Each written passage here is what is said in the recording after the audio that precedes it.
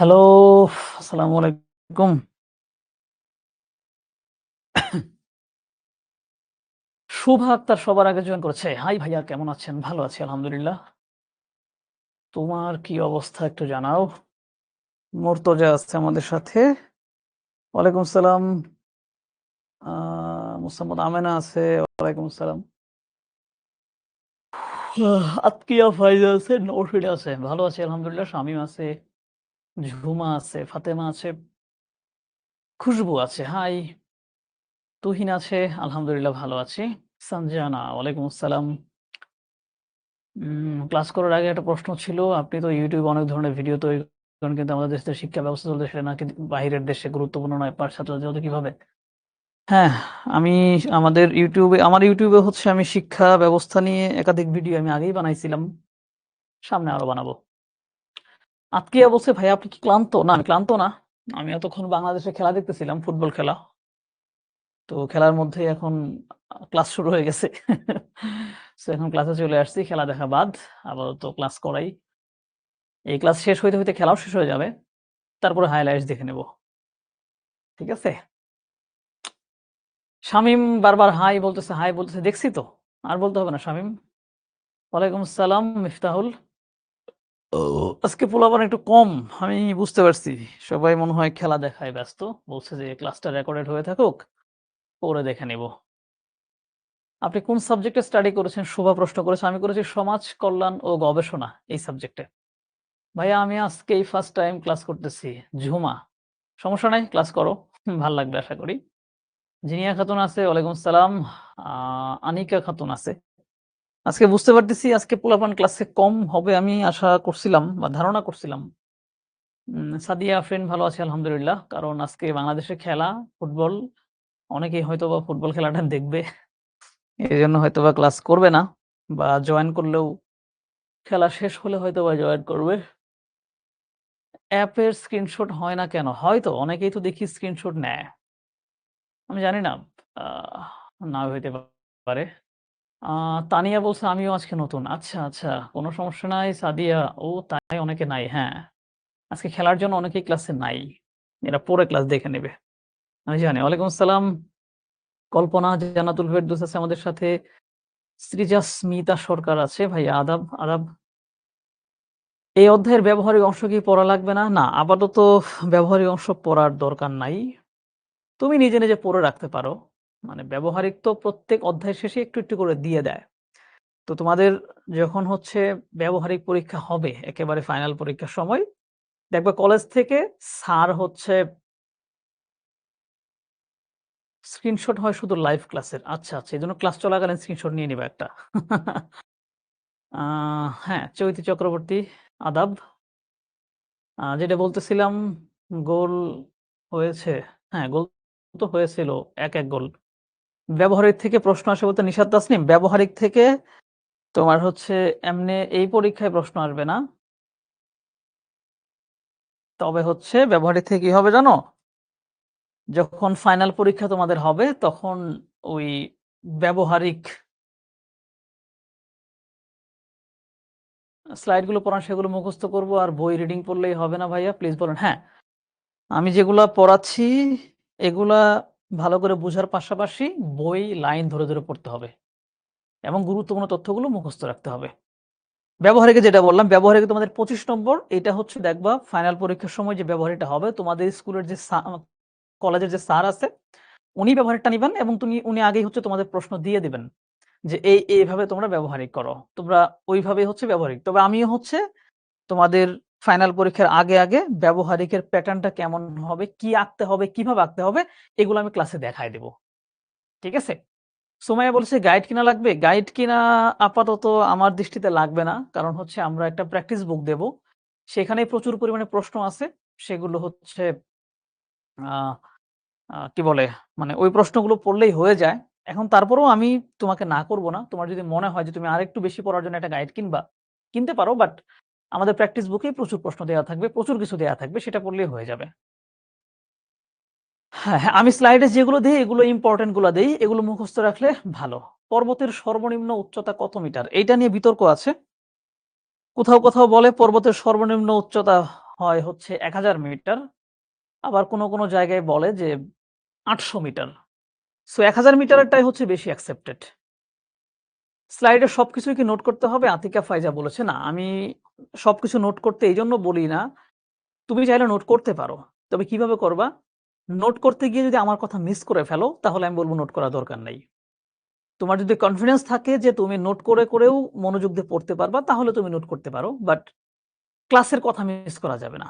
ঠিক আছে? নোট তুমি প্রয়োজনে পরবর্তীতে আবার রেকর্ডেড ক্লাসটা দেখে নেওয়ার সময় করতে পারো। বা এই পিডিএফটা যখন তোমাদের হাতে চলে যাবে, তখনও তুমি করতে পারো।" ভাই আমাদের বইতে ৬০০ মিটার দেওয়া, সজীব মোরাল। হ্যাঁ, আমি বললাম যে ওই যে একটু বিতর্ক আছে ৬০০, ৮০০ বা ১০০০। সো যেটা দেয়া আছে ওখান থেকে একটু পড়ে নিও। আ কোনো জায়গায় বলে যে ১০০০ মিটারের প্লেট আর পাত কি একই রকম? হ্যাঁ, প্লেট আর পাত আসলে একই। কোয়েশ্চেন বুক কি হার্ড কপি দিবেন নাকি সফট? সফট কপি দেওয়া হবে। তোমাদের এখানেই থাকবে, ওটা দেখে তোমরা নোট করতে পারবা, ওখান থেকে পড়তে পারবা। আ যেটা বলতেছিলাম, ক্লাস শেষ করে পিডিএফ থেকে নোট করি। সায়েদা ঐশী। সুন্দর। জোস। হ্যাঁ, আমি আলহামদুলিল্লাহ ভালো আছি জিহাদ। আ কি যেন বলতেছিলাম ভুলে গেছি। স্লাইডে যেগুলো দেন সেগুলো বাদ দিয়ে পড়তে গেলে আরো প্রশ্ন দেখি ওগুলা মুখস্থ করব। আমি তোমাকে আমি তোমাদের কিন্তু বারবার একটা কথা বলছি। আমি এখানে তোমাদের বিষয়টা বোঝানোর জন্য যেই বিষয়গুলো ইম্পোর্টেন্ট সেগুলো আমি এখানে নিয়ে আসি এবং ইম্পোর্টেন্ট তথ্যগুলো থাকে। এর বাইরেও বহু তথ্য বইয়ের মধ্যে আছে। সো প্রশ্ন তো যেকোনো জায়গা থেকে আসতে পারে। তবে নিশ্চিত থাকো আমি এখানে যে বিষয়গুলো তোমাদের দেখায় বুঝাই, এইটা মানে এই ব্যাপারগুলো পড়লে তোমার কনসেপ্টটা ক্লিয়ার হয়ে যাবে। ভালো করে বোঝার চেষ্টা করো। কনসেপ্টটা ক্লিয়ার হয়ে যাবে। কনসেপ্ট ক্লিয়ার হয়ে গেলে তুমি বই থেকে বাকি অংশ পড়লেও সেগুলো মনে থাকবে। সো তুমি হচ্ছে বই পড়ে নোট করবা। এইটা হচ্ছে সবচাইতে ভালো একটা বিষয়। যে তুমি ক্লাস করে বিষয়টা বুঝে নিলা, এরপরে বইয়ের লাইন ধরে পড়বা। দেখবা সব বুঝে গেছো। ওইখান থেকে টোকায় গুরুত্বপূর্ণ বিষয়গুলো তুমি নোট করে নিতে পারো। এরপর আমাদের প্র্যাকটিস বুক যাবে। ঠিক আছে? আসমা বলছে, "আমি ভূগোলের নামজাদা আপনার কথা শুনে নিছি।" জোস। ও আচ্ছা। ভাই অপশনে ৮০০ আছে আবার ৬০০ আছে। কিন্তু সঠিক উত্তর ৬০০ আছে।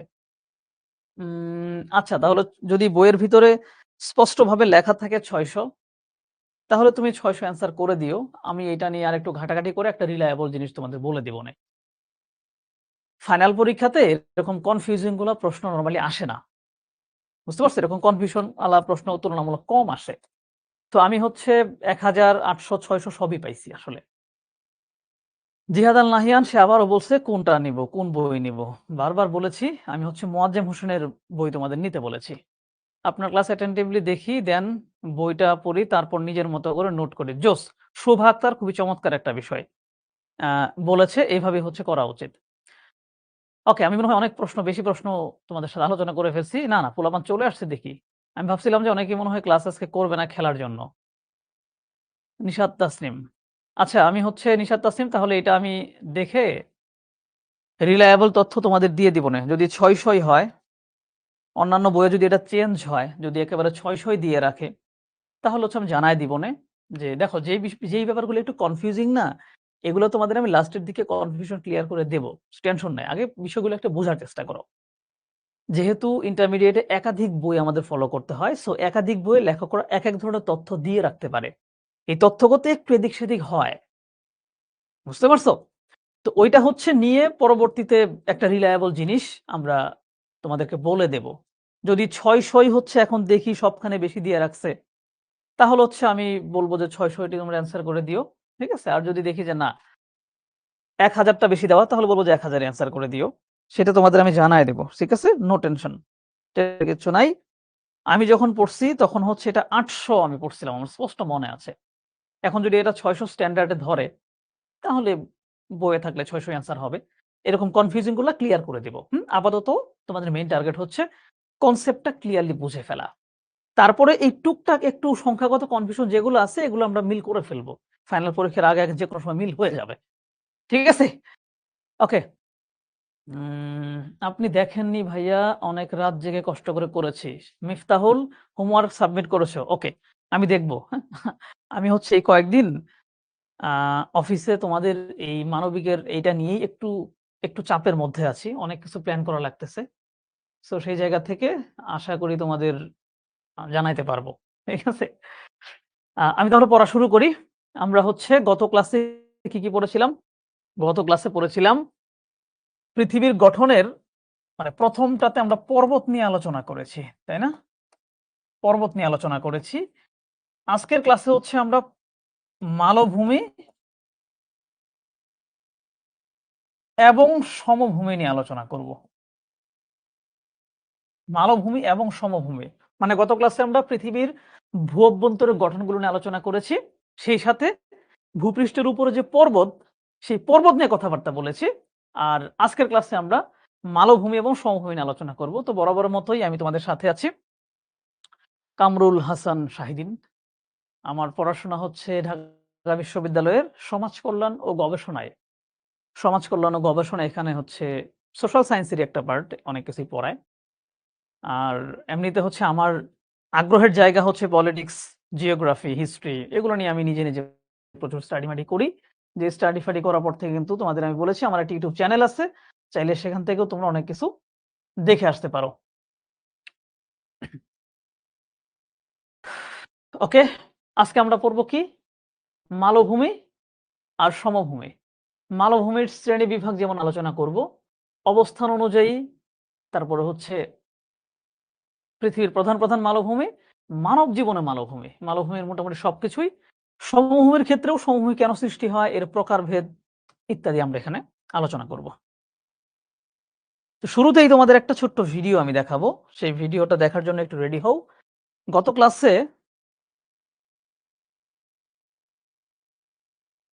গত ক্লাসে দেখি।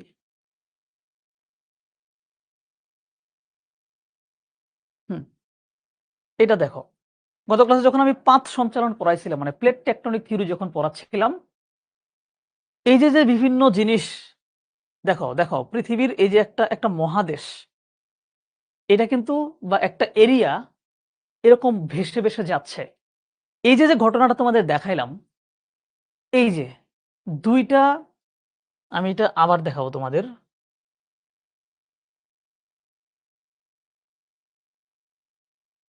এটা আমি তোমাদের আবার দেখাবো। প্রথমত আমি গতকাল দেখাইছিলাম যে একটা প্লেটের মানে একটা কি বলে অর্ধতরল পদার্থের উপরে পৃথিবীর বিভিন্ন খণ্ড এরকম ভেসে বেড়াচ্ছে। ভাসতে এটা একেক সময় একেক দিকে যায়। আজ থেকে কোটি বছর পূর্বে বর্তমান পৃথিবীর যে স্ট্রাকচার, কেমন স্ট্রাকচার? এইখানে হচ্ছে আফ্রিকা মহাদেশ, এইখানে দক্ষিণ আমেরিকা, এখানে উত্তর আমেরিকা, এখানে ইন্ডিয়া। এই স্ট্রাকচারে কিন্তু পৃথিবী ছিল না। এই পুরো স্থলভূমিগুলো একসাথে লেগেছিল। যেমন এই দেখো, সবগুলো একখানে, এগুলো কিন্তু লেগেছিল। এটাকে বলা হয় প্যানজিয়া বা সুপার কন্টিনেন্ট। কোটি বছর আগের ঘটনা। এরপরে এরা বিভিন্ন প্লেটে বিভক্ত হয়ে একটা থেকে আরেকটা থেকে ধীরে এরকম সরে যেতে শুরু করে। এইখানে যেমন খুব দ্রুত গতিতে সরে গেল, এরকম দ্রুত গতিতে কিন্তু সরে নাই। এটা কোটি বছর সময় লেগে গেছে ধীরে সরতে। এবং সরতে একটা সময় দেখা গেছে ২ পাশের ২ টা প্লেট, মাঝখানে সমুদ্র। এরা হচ্ছে যখন এইভাবে সংঘর্ষ হয়ে গেল, তখন নিচে থেকে মাটিগুলো উপর দিকে উঠে একটা পর্বতমালার সৃষ্টি হয়েছে। যেটাই হচ্ছে হিমালয় পর্বতমালা। ঠিক এইভাবেই ফাঁকা হয়ে যাচ্ছিল। তোমরা বলতেছিলা যে তোমাদের অ্যানিমেশন দেখাইতে হবে। এই যে এই একটা প্লেট, এই একটা প্লেট, এই যে গোন্ডওয়ানা ল্যান্ড আর হচ্ছে আন্ডারল্যান্ড। এই ২ টা হচ্ছে মাঝখানে কিন্তু সমুদ্র নয়, তেথিস সাগর। ধীরে যাইতে এইভাবে হচ্ছে লেগে গেল। এই যে লেগে গেল, তারপর এই জায়গাটা উপর দিকে উচ্চীত হয়ে গেল এবং উঁচু হয়ে এই যে একটা বিশাল উঁচু ভূমি জন্ম নিল, এটাই হচ্ছে সেই হিমালয় পর্বত। গতকালের ক্লাস থেকে বলতেছি। এটাই হচ্ছে এটা বেশি উপর হয়ে গেছে। সো কিভাবে হচ্ছে পর্বতের সৃষ্টি হয় বা প্লেট সঞ্চালনটা কিভাবে হয়, সেইটা আশা করি এই ভিডিওর মাধ্যমে তোমাদের ক্লিয়ার হয়ে যাওয়া উচিত।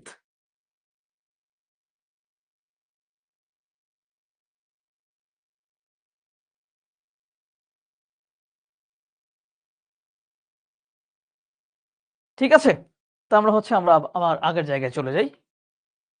তো আজকে আমরা পড়ব হচ্ছে মালভূমি, যে পর্বতটা আমরা গতকালই হচ্ছে মোটামুটি বলে দিয়েছিলাম যে পর্বত অনেক উঁচু ভূমিল্যান্ড এবং সমভূমি হচ্ছে সমুদ্রের কাছাকাছি।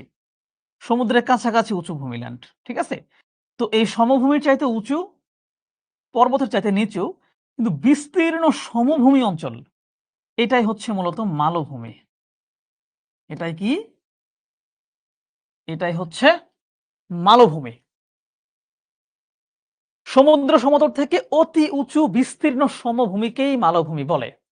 সমুদ্রপৃষ্ঠ থেকে অতি উঁচু বিস্তীর্ণ সমভূমিকে, অতি উঁচু মানে সমুদ্র থেকে অনেক উঁচু হইতে হবে। এটা যদি সমুদ্র হয় তাহলে অনেক উঁচু হইতে হবে।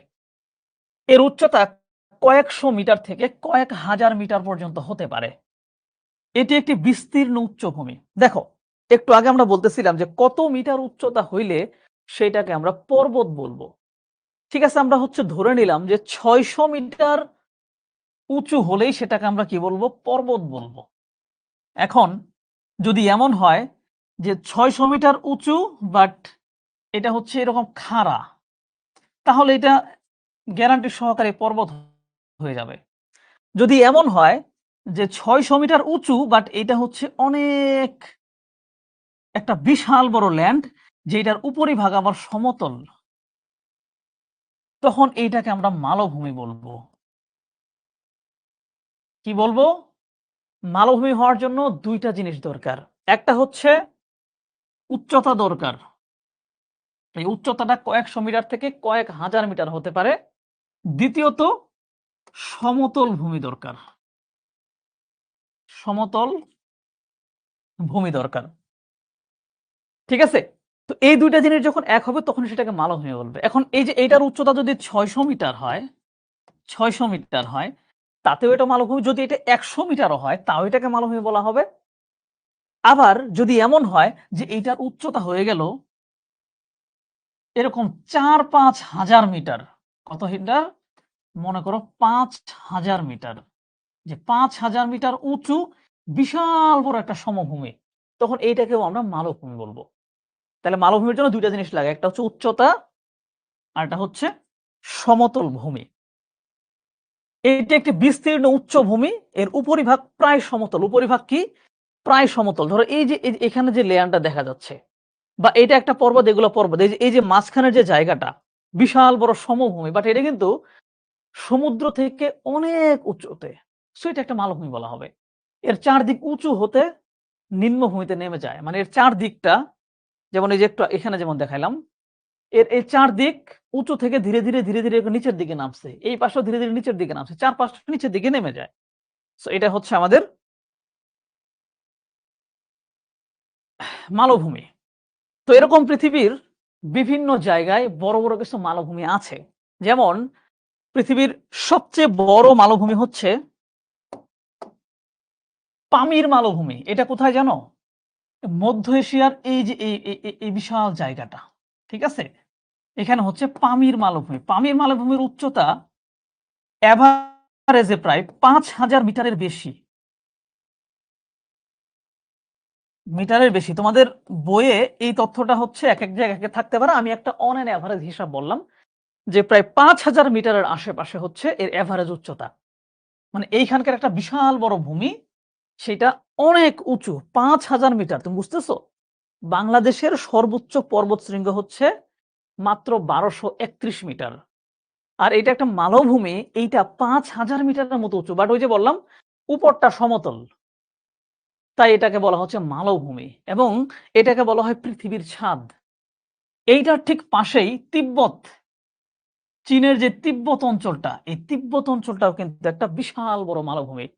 এর এভারেজ উচ্চতা এই ৫,০০০ মিটারের কিছুটা কম। ৪,৫০০, ৪৮০০ এরকম তিব্বত। সো আমরা হচ্ছে এরকমভাবে অনেক জায়গায় মালভূমি আছে। ভারতের দক্ষিণ অংশ, এই যে এদিকে, এটা হচ্ছে দাক্ষিণাত্যের মালভূমি। বিশাল বড় অঞ্চল, দাক্ষিণাত্যের মালভূমি। উত্তর আমেরিকার ল্যাব্রাডর মালভূমি, মানে যে জায়গাটা এরকম উঁচু বাট উপরের অংশটা সমতল।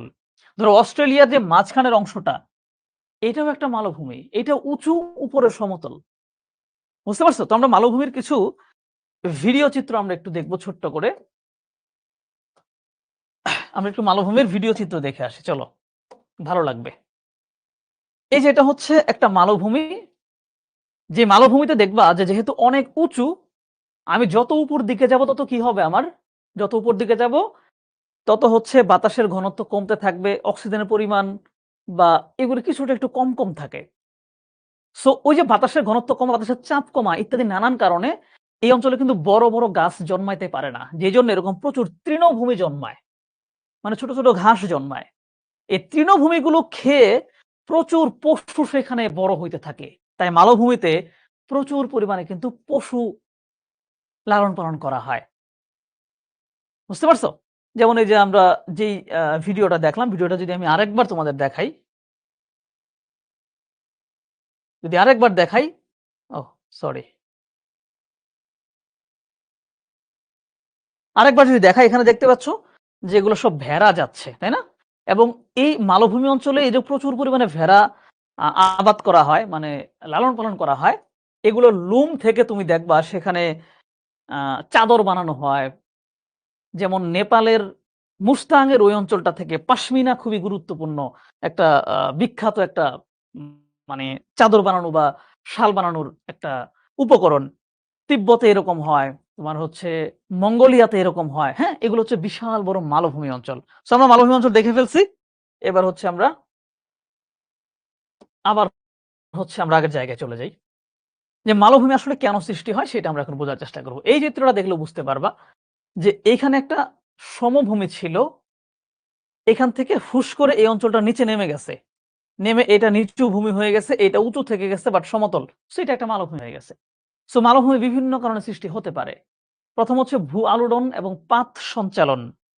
ভূ-আলোড়ন, ঠিক আছে? এবং পাত সঞ্চালন। ওই যে যেভাবে পর্বত সৃষ্টি হইলো দেখলা, ঐরকম ভাবে যদি এরকমভাবে আ পাত সঞ্চালনের ফলে এরকম সংঘর্ষ হয়, উপরের অংশ বেশি উঁচু হয়ে গেলে সেটা পর্বত হয়ে যাবে। বাট কিছুটা উঁচু হয়ে সেটা যদি একটা সমতল ভূমিরূপে থাকা যায়, ওইটা কিন্তু একটা মালভূমি হয়ে যাবে। ভূয়ালোড়ন এবং পাত সঞ্চালনের ফলে দুটি পর্বতের মধ্যবর্তী নিম্নভূমি উঁচু হয়ে পর্বত বেষ্টিত মালভূমির সৃষ্টি করে। তিব্বতের মালভূমি হচ্ছে এরকম একটা মালভূমি যেটা পর্বত বেষ্টিত, চারপাশে পর্বত, মাঝখানে একটা বিশাল বড় সমতল ভূমি। ভূপৃষ্ঠের ক্ষয় প্রক্রিয়া প্রাকৃতিক শক্তি দ্বারা প্রাচীন এবং উঁচু পর্বতমালা ধীরে ধীরে ক্ষয়প্রাপ্ত হয়ে ক্ষয়জাত মালভূমিতে পরিণত হয়। যে একটা উঁচু জায়গা ক্ষয় হইতে একটু নিচু হয়ে বড় সমতল হয়ে গেছে, ক্ষয়জাত মালভূমি। লাভা সঞ্চয়, ভূ-অভ্যন্তরের উত্তপ্ত লাভা ভূপৃষ্ঠের কোনো ফাটল দিয়ে বেরিয়ে এসে চারদিকে জমাট বেঁধে লাভা গঠিত মালভূমি তৈরি হয়। এই ব্যাপারটা হচ্ছে একটু পরে বিস্তারিত আলোচনা আছে। তার আগেই তোমাদের আমি এইটার একটা অ্যানিমেশন তোমাদের আমি একটু দেখায় দেই। তোমরা হচ্ছে শুধু অ্যানিমেশন দেখতে চাও, তাই ভাবলাম তোমাদের প্রচুর অ্যানিমেশন দেখাইতে হবে। এটা দেখো। এই যে নিচে এগুলো লাভা মানে গলিত অবস্থায় আছে। এগুলো মাঝে, মাঝে উপর দিয়ে চাপ দিয়ে বেরোয় আসে। যে বেরোয় এসে ২ পাশে জমা হচ্ছে। জমা হইতে এত বড় একটা জায়গায় জমা হয়ে একসময় এখান থেকে যখন আসা বন্ধ হয়ে যায়, তখন শক্ত হয়ে এই বিশাল একটা মালভূমিতে পরিণত হয়। যেটাকে বলা হয় ভলকানিক প্ল্যাটো বা আ ভলকানিক মালভূমি বা আগ্নেয় মালভূমি। আবার দেখবা? আবার দেখাই? আবার একটু দেখি যে এটা হচ্ছে ভূপৃষ্ঠ। ভূপৃষ্ঠের নিচে গলিত অবস্থায় আছে ওই যে অশ্বমণ্ডলের নিচে গত ক্লাসে কিন্তু আলোচনা করেছি। এটা বেশি উত্তপ্ত হয়ে কোনো একটা ফাটল পায়ে বেরিয়ে আসলো। আইসে এখানে চারপাশে পড়তে সব জমা হচ্ছে। জমা হইতে এই বিশাল বড় অঞ্চলে একটু সমভূমি টাইপের হয়ে গেছে এবং পরবর্তীতে এর আসা যখন বন্ধ হয়ে গেছে তখন এটা জমাটবদ্ধ হয়ে শক্ত হয়ে গেছে। এটা হয়ে গেছে একটা ভলকানিক মালভূমি। ঠিক আছে? ওকে। তার মানে আমরা হচ্ছে এইটাও এখানে দেখে ফেললাম। তো মালভূমি সৃষ্টির আরো কিছু কারণ আছে। উল্লেখিত কারণগুলো ছাড়াও আরো কয়েকটি কারণে মালভূমি সৃষ্টি হতে পারে। একটা হচ্ছে মরু মালভূমি। এটা কেমনে হয়? বায়ু দ্বারা বাহিত বালুকা রাশি সঞ্চিত হয়ে মরু মালভূমির সৃষ্টি হয়। সাহারা মালভূমি মানে বাতাসের দ্বারা বালি এগুলো হচ্ছে এক জায়গা থেকে আরেক জায়গায় সঞ্চিত হইতে থাকে। সঞ্চিত হয়ে কোটি, কোটি বছরে সেগুলো সঞ্চিত হইতে একটু উঁচু হয়ে একটা বিশাল মালভূমি হয়ে যায়। মনে করো সাহারা মরুভূমি, এটা একটা মরুভূমি যেখানে কোনো বৃষ্টিপাত হয় না। বাট ওইখানে বালি জমতে ওইটা কিন্তু অনেক উঁচু হয়ে গেছে। উঁচু হয়ে বিশাল বড় সমভূমির মতো আকার ধারণ করছে। ওইটা হচ্ছে একটা মরু মালভূমি। আবার তুষার মালভূমি, তুষার পড়তে তুষারের ভেতরে ওই পানির ভেতরে যদি বিভিন্ন বালিকণা থাকে, কর্দমকণা থাকে, ওগুলো তুষার থেকে গলে জমা হইতে কোটি, কোটি বছর পরে ওইটা একটা মালভূমিতে রূপান্তরিত হয়ে যায়। যেমন বরফ সঞ্চিত হয়ে যে মালভূমি গঠিত হয় তাকে তুষার মালভূমি বলে। যেমন গ্রিনল্যান্ড মালভূমি। আমরা ২ টা ছবি দেখব এখানে। গ্রিনল্যান্ড মালভূমি দেখো কেমন, এই যে বরফ সঞ্চিত হয়ে আর এটা হচ্ছে বালি সঞ্চিত হয়ে। এরকম ২ টা মালভূমি আমরা এখানে দেখতে পাইলাম। তার মানে মালভূমি কেন মানে সৃষ্টি হয় সেটা হচ্ছে আমরা তো আশা করি বুঝলাম, এবং মালভূমি আসলে কিভাবে সৃষ্টি হয় সেটাও কিছুটা বুঝেছি। এবার হচ্ছে আমরা মালভূমির শ্রেণীবিভাগটা দেখব। দেখার পরেই তোমাদের কাছ থেকে আমি প্রশ্ন নেব। গঠন প্রণালী এবং মালভূমি গঠনকারী শিলাসমূহের অবস্থানের বৈশিষ্ট্যের উপর ভিত্তি করে মালভূমিকে নিচের কতিপয় শ্রেণীতে বিভক্ত করা যায়। বলছে এখানে সমভূমি উন্নীত মালভূমি আছে, যে সমভূমি থেকে ভূয়ালোড়নজনিত কারণে কোন জায়গা যদি হঠাৎ করে উঁচু হয়ে ওঠে, বিশাল বড় জায়গা, এটা হচ্ছে সমভূমি উন্নীত মালভূমি। লাভা গঠিত মালভূমি, যেটা ইতিমধ্যে আমি অ্যানিমেশন দিয়ে দেখায় দিছি, যে ভূ-অভ্যন্তর থেকে গলিত উত্তপ্ত লাভা, গলিত পদার্থ, এটা যদি মাটি ফেটে বেরিয়ে আসে, এসে এটা জমা হইতে একটা বিশাল বড় যদি একটা এরিয়া হয়ে যায়, ওইটা হচ্ছে লাভা গঠিত মালভূমি। ক্ষয়জাত মালভূমি কি? কোন পর্বত, উঁচু পার্বত্য অঞ্চল উপর থেকে ক্ষয় হতে একটা বিশাল নিচু, কিছুটা নিচু বিশাল বড় এলাকাতে পরিণত হয়, ওইটা হচ্ছে ক্ষয়জাত মালভূমি। ব্যবচ্ছিন্ন মালভূমি, যেটা হচ্ছে মূলত পর্বত থেকে একটু বিচ্ছিন্ন থাকে, আচ্ছা এটা দেখাবো না। তির্যক মালভূমি, যেটা হচ্ছে একটু এই যে অ্যাঙ্গেল করা থাকে, মানে গঠন ওয়াইজ। তা হচ্ছে আমরা এগুলো একটা করে দেখি। সমভূমি উন্নীত মালভূমি, যেটি তোমাদের বলে ফেলেছি, যে ভূয়ালোড়ন এবং পাত সঞ্চালনের ফলে ২ টি পর্বতের মধ্যবর্তী নিম্ন সমভূমি উঁচু হয়ে এই মালভূমির সৃষ্টি হয়। নিচের সমভূমিটা উঁচু হয়ে এই মালভূমির সৃষ্টি হয়। এই মালভূমিকে সমভূমি উন্নীত মালভূমি বলা হয়, কারণ এটি সমভূমি থেকে সরাসরি উপরে উঠে গঠিত হয়। ইরান, তিব্বত, আনাতোলিয়া, বলিভিয়া এবং উত্তর আমেরিকার কলোরাডো মালভূমি এর প্রধান উদাহরণ। এগুলো সব কি হয়েছে? সমভূমিটা উপর দিকে উঠে গেছে। কিভাবে? অন্যান্য জায়গায় হয়তোবা পর্বত উত্থিত হইছে, ২ পাশে পর্বত উত্থিত হইছে, মাঝখানেরটা একটু কম উঠছে। তাই এটা একটা সমতল, এটাকে বলা হচ্ছে, মানে ব্যাপারটা এইরকম। মনে করো বিশাল বড় একটা ভূয়ালোড়ন ঘটে, এই পুরো অঞ্চলটাই হচ্ছে উপর দিকে উঠে গেছে। কিন্তু উঠছে কিভাবে? উঠছে হচ্ছে এই পাশে ধরো বিশাল বেশি উঠছে, মাঝখানের টুকু এরকম একটু কম উঠছে, আবার এই দিকে বিশাল বেশি উঠছে। তার মানে ২ পর্বতের মাঝামাঝি, এটাও কিন্তু উঁচু, দেখো সমুদ্র তো এই লাইনে, এটাও কিন্তু উঁচু। তখন পর্বতের মাঝখানে এটা হচ্ছে পর্বত বেষ্টিত মালভূমি, যেটা আগে সমভূমি ছিল, সেখান থেকে উপর দিকে উঠে গেছে। বুঝতে পারছো? উদাহরণ কি কি? ইরান, তিব্বত, আনাতোলিয়া, বলিভিয়া এবং উত্তর আমেরিকার কলোরাডো মালভূমি এর প্রধান উদাহরণ। লাভা গঠিত ইতিমধ্যেই দেখায় ফেলছি, ওইটাই আবার একটু ব্যাখ্যা করা হবে, যে ভূগর্ভস্থ লাভা ভূপৃষ্ঠের কোনো ফাটল দিয়ে বেরিয়ে এসে জমাট বেঁধে এই মালভূমির সৃষ্টি করে। সঞ্চিত লাভা দ্বারা গঠিত এই সুনির্দিষ্ট উচ্চভূমিকে লাভা গঠিত মালভূমি বলা হয়। আজকে কিন্তু তোমাদের জন্য পোল কোশ্চেন আছে, হ্যাঁ, একটু মনোযোগ দিয়ে দেখো, আর বই থাকলে বই খেয়াল করে যাও। ভারতের দাক্ষিণাত্য মালভূমি, দক্ষিণ আমেরিকার কলম্বিয়া মালভূমি এবং আমেরিকার কলোরাডো মালভূমি এর উদাহরণ। দাক্ষিণাত্য মালভূমি প্রায় ১৩ কোটি বছর আগে এবং ৮ লক্ষ বর্গ কিলোমিটার এলাকা জুড়ে গঠিত হয়েছে। আমরা দাক্ষিণাত্য মালভূমির একটা ছোট্ট একটা অ্যানিমেশন দেখব, যাতে ব্যাপারটা আমরা আরো ক্লিয়ারলি বুঝে ফেলি। ঠিক আছে? এই যে এইভাবে হচ্ছে মূলত লাভা উদগীরণ হয়। মাটির নিচ থেকে এইভাবে উদগীরণ হয়, এবং এইটা উদগীরণ হওয়ার পর বিভিন্ন জায়গায় এরকম ভেসে গিয়ে জায়গায় জমাটবদ্ধ হয়। জমাটবদ্ধ হইতে কোটি বছরের ভিতরে জায়গাটা উঁচু হয়ে যায়। আমরা একটু দেখি। এই যে এরকম ভাবে গলিত লাভা এদিক সেদিক ভেসে যায়, এগুলো ধীরে জমা হয়। জমা হয়ে এইভাবে হচ্ছে একটা বিশাল বড় এরিয়া গড়ে ওঠে। ঠিক যেমনটা এই যে ভারতের ঠিক দক্ষিণ পাশে এই জায়গাটুকু হচ্ছে দাক্ষিণাত্যের মালভূমি। এটা এইভাবে, এই যে ঠিক এইভাবে গঠিত হয়েছে। ঠিক আছে? আমরা আরেকবার দেখব? আরেকবার দেখি। এই যেগুলো কিন্তু উত্তপ্ত গলিত লাভা, যেগুলো মাটির নিচ থেকে বের হইছে। এগুলো এই যে ছড়ায় ছিটিয়ে পড়ছে। তারপরে ধীরে এইভাবে উঁচু হয়ে গেছে। ভারতের এই দক্ষিণ দিকের এই অংশটা এইভাবে হইছে। এটা হচ্ছে দাক্ষিণাত্যের মালভূমি। ঠিক আছে? ওকে।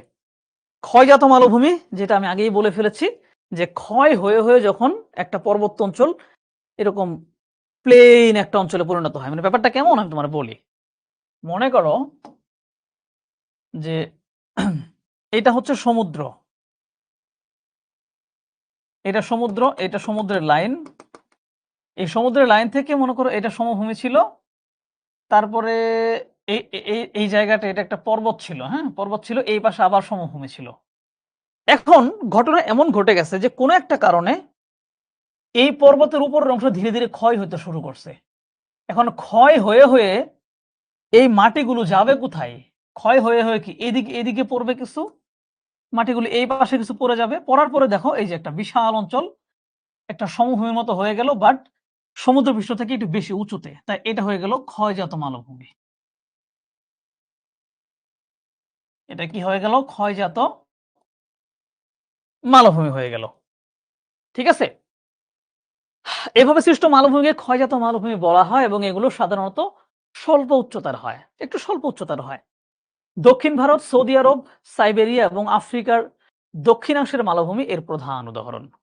বিভিন্ন জায়গার ইউরোপের ক্যালডোনিয়ান পর্বতমালা ক্ষয়প্রাপ্ত হয়ে ফিটজেল মালভূমি সৃষ্টি হয়েছে। ইউরোপের ক্যালডোনিয়ান যে পর্বতমালা এটা ধীরে ধীরে ক্ষয় হয়ে গেছে, ক্ষয় হওয়ার পরে যে মালভূমি হয়েছে এটার নাম দিছে ফিটজেল মালভূমি। ফিটজেল মালভূমির সৃষ্টি হয়েছে।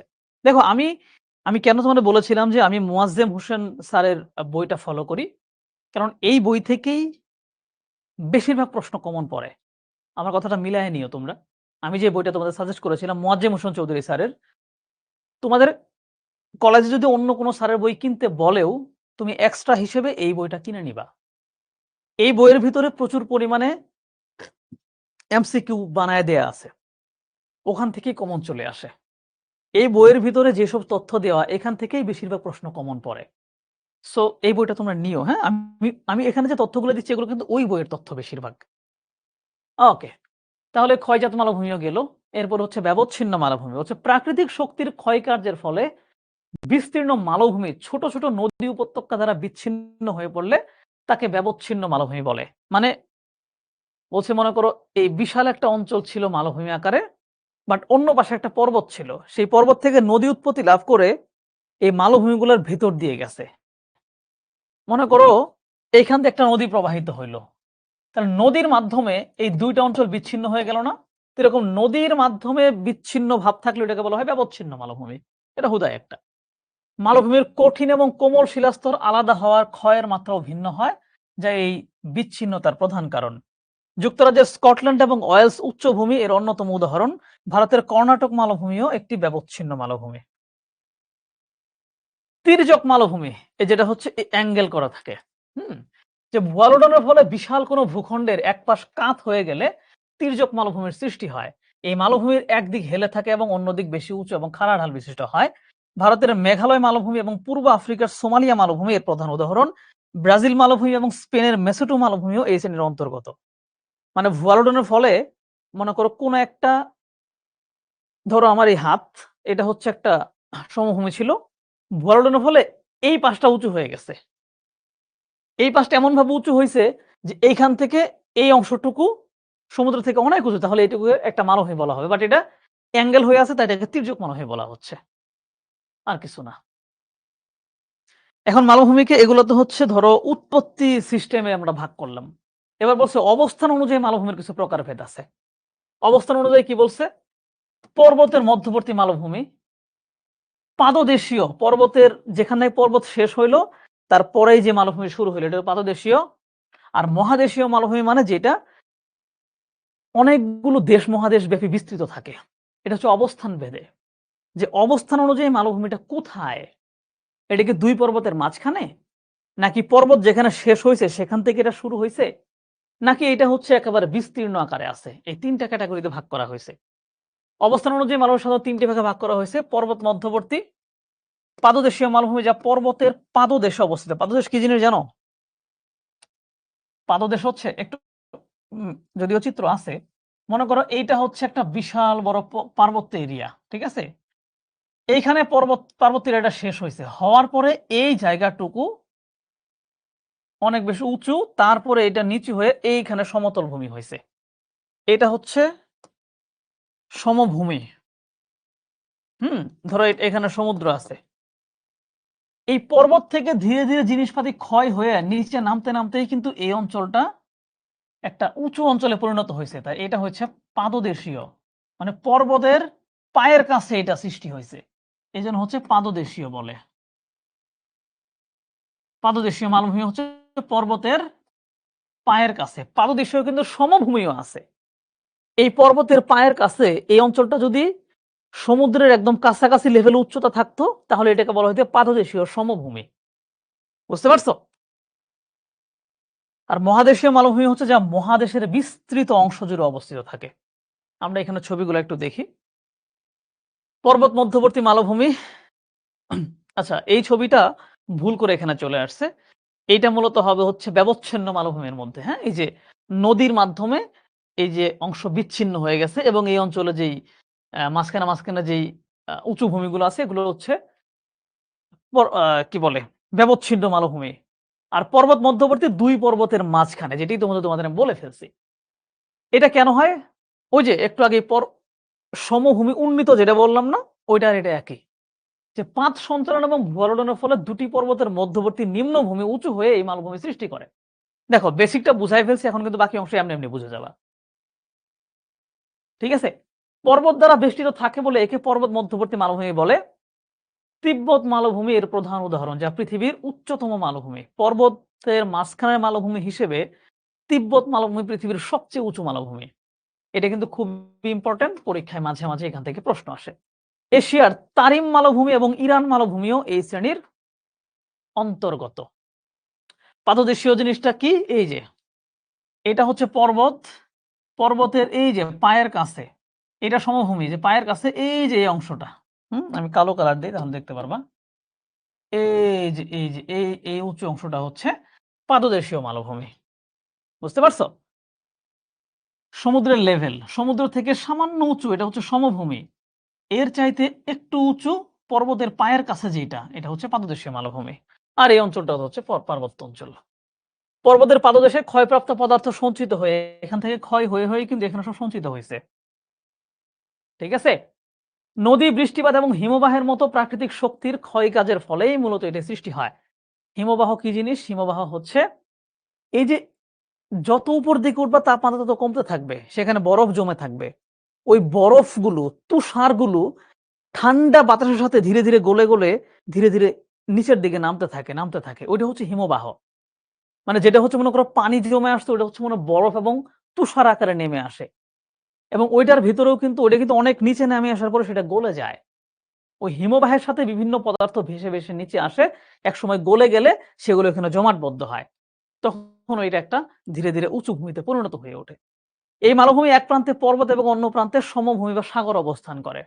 উত্তর আমেরিকার কলোরাডো এবং দক্ষিণ আমেরিকার পাতাগোনিয়া মালভূমি এর প্রধান উদাহরণ। মনে রাখবা।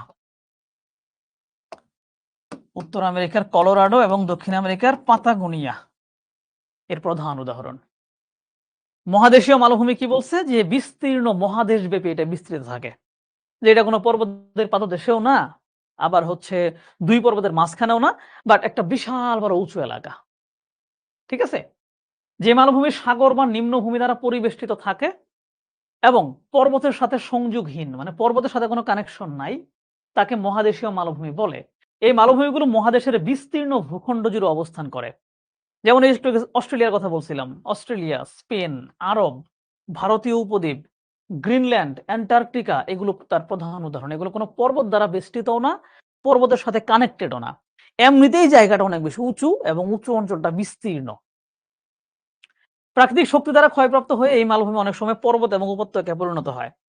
এবং এই মালভূমির একটা বৈশিষ্ট্য হচ্ছে, মনে করো এই অঞ্চলটা এরকম সমান ছিল, বাট এখান থেকে ক্ষয় হতে, হতে এই যে ধীরে, ধীরে ছোট, ছোট পর্বতের সৃষ্টি হয় এখানে। বুঝতে পারছো? তো পৃথিবীর প্রধান, প্রধান মালভূমিগুলো কোথায়? এশিয়াতে পামির মালভূমি আছে, তিব্বত মালভূমি আছে, গোবি মালভূমি, তুরস্কের আনাতোলিয়া মালভূমি, আরব মালভূমি, দক্ষিণাত্যের মালভূমি, ইন্দোচীন মালভূমি এগুলা। আমরা এটা ম্যাপে দেখব। এই ম্যাপটা দেখলেই ভালো করে বুঝতে পারবা পৃথিবীর বিভিন্ন জায়গার গুরুত্বপূর্ণ মালভূমিগুলো এখানে দিয়ে দেওয়া আছে। ঠিক আছে? এখান থেকে এশিয়ার গুলা হচ্ছে তোমাদের মুখস্থ করতে হবে। উত্তর আমেরিকার ল্যাব্রাডর মালভূমিটা হচ্ছে একটু মনে রাখতে হবে। এটা পরীক্ষায় চলে আসে। কলোরাডো পরীক্ষায় চলে আসে। উত্তর আমেরিকার কলোরাডো, কলম্বিয়া, ইউকন, স্নেক, তারপর হচ্ছে ল্যাব্রাডর মালভূমি, তারপর হচ্ছে লরেন্সীয় মালভূমি, হাডসন উপসাগর বেষ্টিত ক্ষয়প্রাপ্ত মালভূমি। দক্ষিণ আমেরিকার হচ্ছে বলিভিয়া মালভূমি, ইম্পর্টেন্ট। ব্রাজিল তো দক্ষিণ আমেরিকাটা আমরা জানি, ম্যাটাগ্রোসো মালভূমি এগুলো। আফ্রিকার মধ্যে লিবিয়া মালভূমি আছে, সাহারা মালভূমি। এটা সাহারা মালভূমি কোথায়? আফ্রিকায়। ইথিওপিয়া মালভূমি, উত্তর পশ্চিমা মালভূমি প্রভৃতি। আর ইউরোপের মেসেটো মালভূমি, মধ্য ইউরোপীয় মালভূমি, মেসেটোটা এখান থেকে আসে। সো পৃথিবীর বিভিন্ন জায়গায় ছড়িয়ে ছিটিয়ে অসংখ্য মালভূমি আছে। এগুলো তোমাদের কাছে ম্যাপ কিনতে বলেছিলাম, সেই ম্যাপে মিলায় মিলায় পড়বা। ঠিক আছে? তাহলে কিন্তু এগুলো কখনোই আর ভুল হবে না। মানব জীবনে মালভূমির কথা এখানে আমি চাইলে একটা একটা করে বলতে পারি, বাট যেহেতু মালভূমি একটা উঁচু এরিয়া, সো ওইখানে কি হয়, বড় বড় গাছ ভালো করে জন্মায় না, ঘাস জন্মায়, তৃণভূমি জন্মায়। এই জন্য সেখানে পশুপালন করা যায় খুব আরামসে। তাই মালভূমি অঞ্চলে প্রচুর পরিমাণে মাংস উৎপাদন করা যায়। বিশেষ করে ধরো মঙ্গোলিয়াতে এত বেশি ভেড়া, ভেড়ার মাংস, উটের মাংস অভাব নাই। অস্ট্রেলিয়া তো মাংস রপ্তানি করে, কারণ ওদের এখানে প্রচুর ঘাস জন্মায়। বুঝতে পারছো? মালভূমি অঞ্চলে যে নদীগুলো থাকে সেগুলো পার্বত্য নদীর ক্যাটাগরি, সেখান থেকে বিদ্যুৎ উৎপাদন করা যায়। যেহেতু মালভূমি উঁচু এরিয়া, সেখানে তাপমাত্রা কিছুটা কম থাকে, ঠান্ডা জলবায়ু সেখানে বিরাজ করে। ঠিক আছে? এবং মালভূমি আসলে বেশি উঁচু বলে সেখানে সব ধরনের কৃষিকাজ করা যায় না, এটা একটা সমস্যা। তবে ওই যে বললাম, পশুপালন করা যায় ব্যাপকভাবে। তো মানব জীবনে মালভূমি এইভাবেই কিন্তু ভূমিকা রাখে। এবং মালভূমি অঞ্চলের মানুষজন যারা বসবাস করে, তারা একটু প্রতিকূল পরিবেশে বসবাস করার কারণে তাদের শারীরিক শক্তি বেশি হয়। ঠিক আছে? খনিজ সম্পদ উত্তোলনকে কেন্দ্র করে মালভূমি অঞ্চলে প্রচুর খনিজ সম্পদ থাকে। ওইখানে হচ্ছে ওই খনিজ সম্পদকে কেন্দ্র করে বিভিন্ন শিল্প গড়ে উঠতে পারে। এবং অনেকে কিন্তু মালভূমি ঘুরতে যায়। এটা একটা পর্যটন শিল্প হিসেবে গড়ে ওঠে। তো ওকে, আমি হচ্ছে এখন প্রশ্নও নেব এবং কিছু প্রশ্ন নিব এবং হচ্ছে এই অ্যান্সারটা হচ্ছে তোমাদের করতে বলবো। প্রথমে আগে বলো, যতটুকু বুঝাইছি ঠিকঠাক বুঝতে পারছো কিনা? একটু ছোট্ট করে জানাও যে বুঝতে কোনো অসুবিধা হয়েছিল কিনা?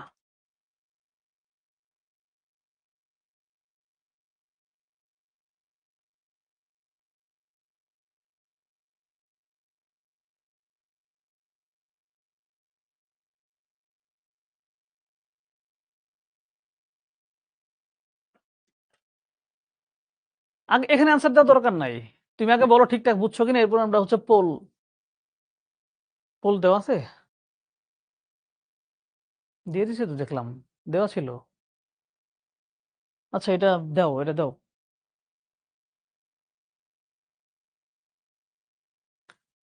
ওকে, হচ্ছে আমরা এক্ষুনি পোল লঞ্চ করে দেব।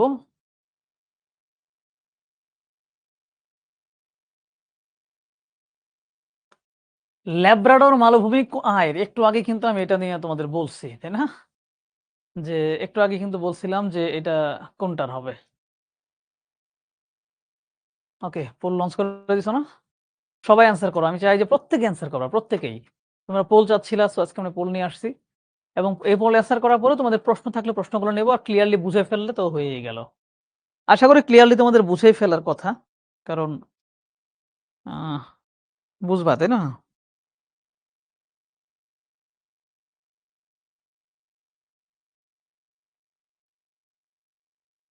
হুম,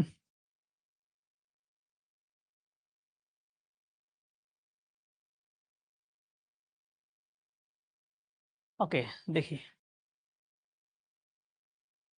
দেখি কয়জন অ্যান্সার করছো। ও জোস! না না না, বেশি মানুষ অ্যান্সার করো না, মাত্র ৭৩ জন অ্যান্সার করছো। এর মধ্যে ৫০ জন সঠিক অ্যান্সার দিছো, বাকিরা ভুল অ্যান্সার দিছো। একটু আগেই পড়াইলাম, এটা যদি ভুল করছো তার মানে কি মনোযোগ ছিল না তোমাদের। লিডার বোর্ডটা আমি দেখি। সবার আগে কম সময়ে অ্যান্সার দিয়েছে মুসাম্মদ নওশিন জাহান, দ্বিতীয়ত হচ্ছে নিশাত তাসনিম, ৩ নম্বর হচ্ছে আফসানা মুন্নি, ৪ নম্বরে আছে সানজিয়ানা তাসনিম রিদি, ৫ নম্বরে আছে বর্ষা, ৬ নম্বরে নুসরাত হক হাবিবা, ৭ নম্বরে আজিজা রহমান, ৮ নম্বরে মোহাম্মদ রিফাত হাসান, ৯ নম্বরে মুসাম্মদ সুমাইয়া জান্নাত, ১০ নম্বরে রাদিতা হাসান তাইয়েবা। আরো বলবো? আচ্ছা 11 নম্বরে সজীব মুরল, 12 নম্বরে অরিন, 13 নম্বরে সুমনা ইসলাম মিম, 14 নম্বরে আতিকা ফাইজা, 15 নম্বরে ঝুমা, 16 নম্বরে মিফতাহুল জান্নাত। আর বলব না, অনেকগুলা বলছি। 17 নম্বর জেরিন আফরিন, 18 নম্বর তানজিলা আক্তার। ঠিক আছে? অনেকের নাম কিন্তু বলে ফেলেছি। পৃথিবীর যে একটা চিত্র দেখাইলেন ওইটা আবার দেখান। এইটা? এটার কথা বলতেছো? এটা হচ্ছে জাস্ট Google এ সার্চ দিয়ে যেটা পাইছি যে এখানে অনেকগুলো মালভূমি দেখানো আছে। সেইটা হচ্ছে দিয়ে দিছি। তোমরা চাইলে এগুলো হচ্ছে ওইখানে নাম দেখা আছে ওগুলোর নাম লিখে সার্চ দিয়ে কিন্তু করতে পারো।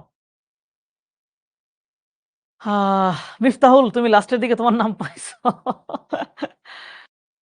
ওকে। কোন প্রশ্ন থাকলে করতে পারো যে যদি না বুঝে থাকো। আর যদি বুঝে ফেলো তাহলে বলো যে ইয়েস বুঝে ফেলেছি পানি, পানি। তাহলে আমরা পরের অংশ আলোচনা করতে চলে যাব।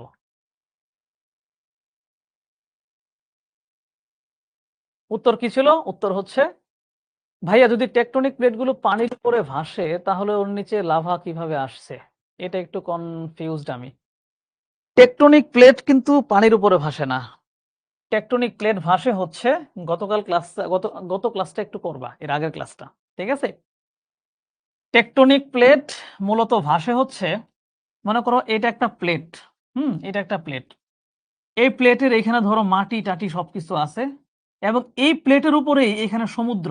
এটা সমুদ্র। প্লেটের উপরেই সমুদ্র। ঠিক আছে? এই জিনিসটা ভাসতেছে হচ্ছে অনেক নিচে। যত আমরা পৃথিবীর থেকে নিচের দিকে যাব তাপমাত্রা কি হবে? তাপমাত্রা বাড়বে। সো নিচের দিকে গিয়ে দেখলাম যেখানে প্রচুর পরিমাণে লোহা আছে, ম্যাগনেসিয়াম আছে, সিলিকন আছে। এগুলো অধিক তাপমাত্রার কারণে এগুলো গলিত অবস্থায় আছে, একদম গলে গেছে। গলিত অবস্থায় পিচ্ছিল হয়ে আছে। সো এই পিচ্ছিলটার উপরে হচ্ছে এই প্লেটটা ভাসতেছে। সমুদ্র কিন্তু প্লেটের উপরে। বুঝতে পারছো? মনে করো এমনও হইতে পারে যে এই সমুদ্রের তলদেশেই ২ টা প্লেটের সংযোগস্থল আছে। মনে করো এটা একটা সমুদ্র। হ্যাঁ, এটা একটা বিশাল বড় সমুদ্র। এমনও হইতে পারে যে এই পাশের যে একটা বড় প্লেট, এই প্লেটটা এখানে শেষ হইছে, নতুন একটা প্লেট এইখানে শুরু হইছে। এখন এই ২ টা প্লেট যদি নিজেদের দিকে বেশি করে চাপ প্রয়োগ করে, তাহলে এই জায়গার চাপ লেগে এই পুরো অংশটা উপর দিকে উঠে যাবে। তখন এখানে একটা পর্বত গড়ে উঠবে। বুঝতে পারছো? অর্ধতরল পদার্থের উপর ভাসে টেকটনিক প্লেট। অর্ধতরল বলতে অর্ধগলিত পিচ্ছিল পদার্থের উপর টেকটনিক প্লেট কিন্তু ভেসে বেড়ায়। শেখ মিফতাহুল এবার বুঝেছে প্লেটগুলো। হ্যাঁ, এই যে সাদিয়া আফরিন যে লাইনটা বলেছো অ্যাস্তনোস্ফিয়ারের উপর ভাসছে। হ্যাঁ, ওই অ্যাস্তনোস্ফিয়ারটাই হচ্ছে এমন একটা স্তর যেখানে ধাতু পদার্থগুলো অর্ধগলিত অবস্থায় পিচ্ছিল অবস্থায় আছে এবং ওইটাই অনেক সময় অধিক উত্তাপের ফলে উপর দিকে ফেটে বের হয়ে চলে আসে। তখন ওটাকে লাভা বলে। উম্মে হানি বলছে পামির কি? পামির একটা মালভূমির নাম। যেমন তোমার নাম হচ্ছে উম্মে হানি, ওই মালভূমির নাম হচ্ছে পামির। পাদদেশীয় মালভূমি শুধু মালভূমি বলা যাবে না। মালভূমি তো সবই মালভূমি। কিন্তু মনে করো যে আমিও মানুষ, অস্ট্রেলিয়ার একজন মানুষও মানুষ। আমি বাংলাদেশে থাকি বলে আমার নাম হচ্ছে বাংলাদেশী মানুষ। ওই লোক অস্ট্রেলিয়ায় থাকে বলে তার নাম হচ্ছে অস্ট্রেলিয়ান মানুষ। মনে করো তোমার বাড়ি হচ্ছে কক্সবাজারের সমুদ্র সৈকতে, তাহলে তোমাকে বলবো তুমি সৈকত অঞ্চলের মানুষ বা সমুদ্র অঞ্চলের মানুষ। আমি ঢাকায় আছি আমাকে বলবো ও শহর অঞ্চলের মানুষ। এটাই যে মালভূমির যেই জায়গায় অবস্থিত ওই জায়গার নামে তার একটা আলাদা নামকরণ দিছে।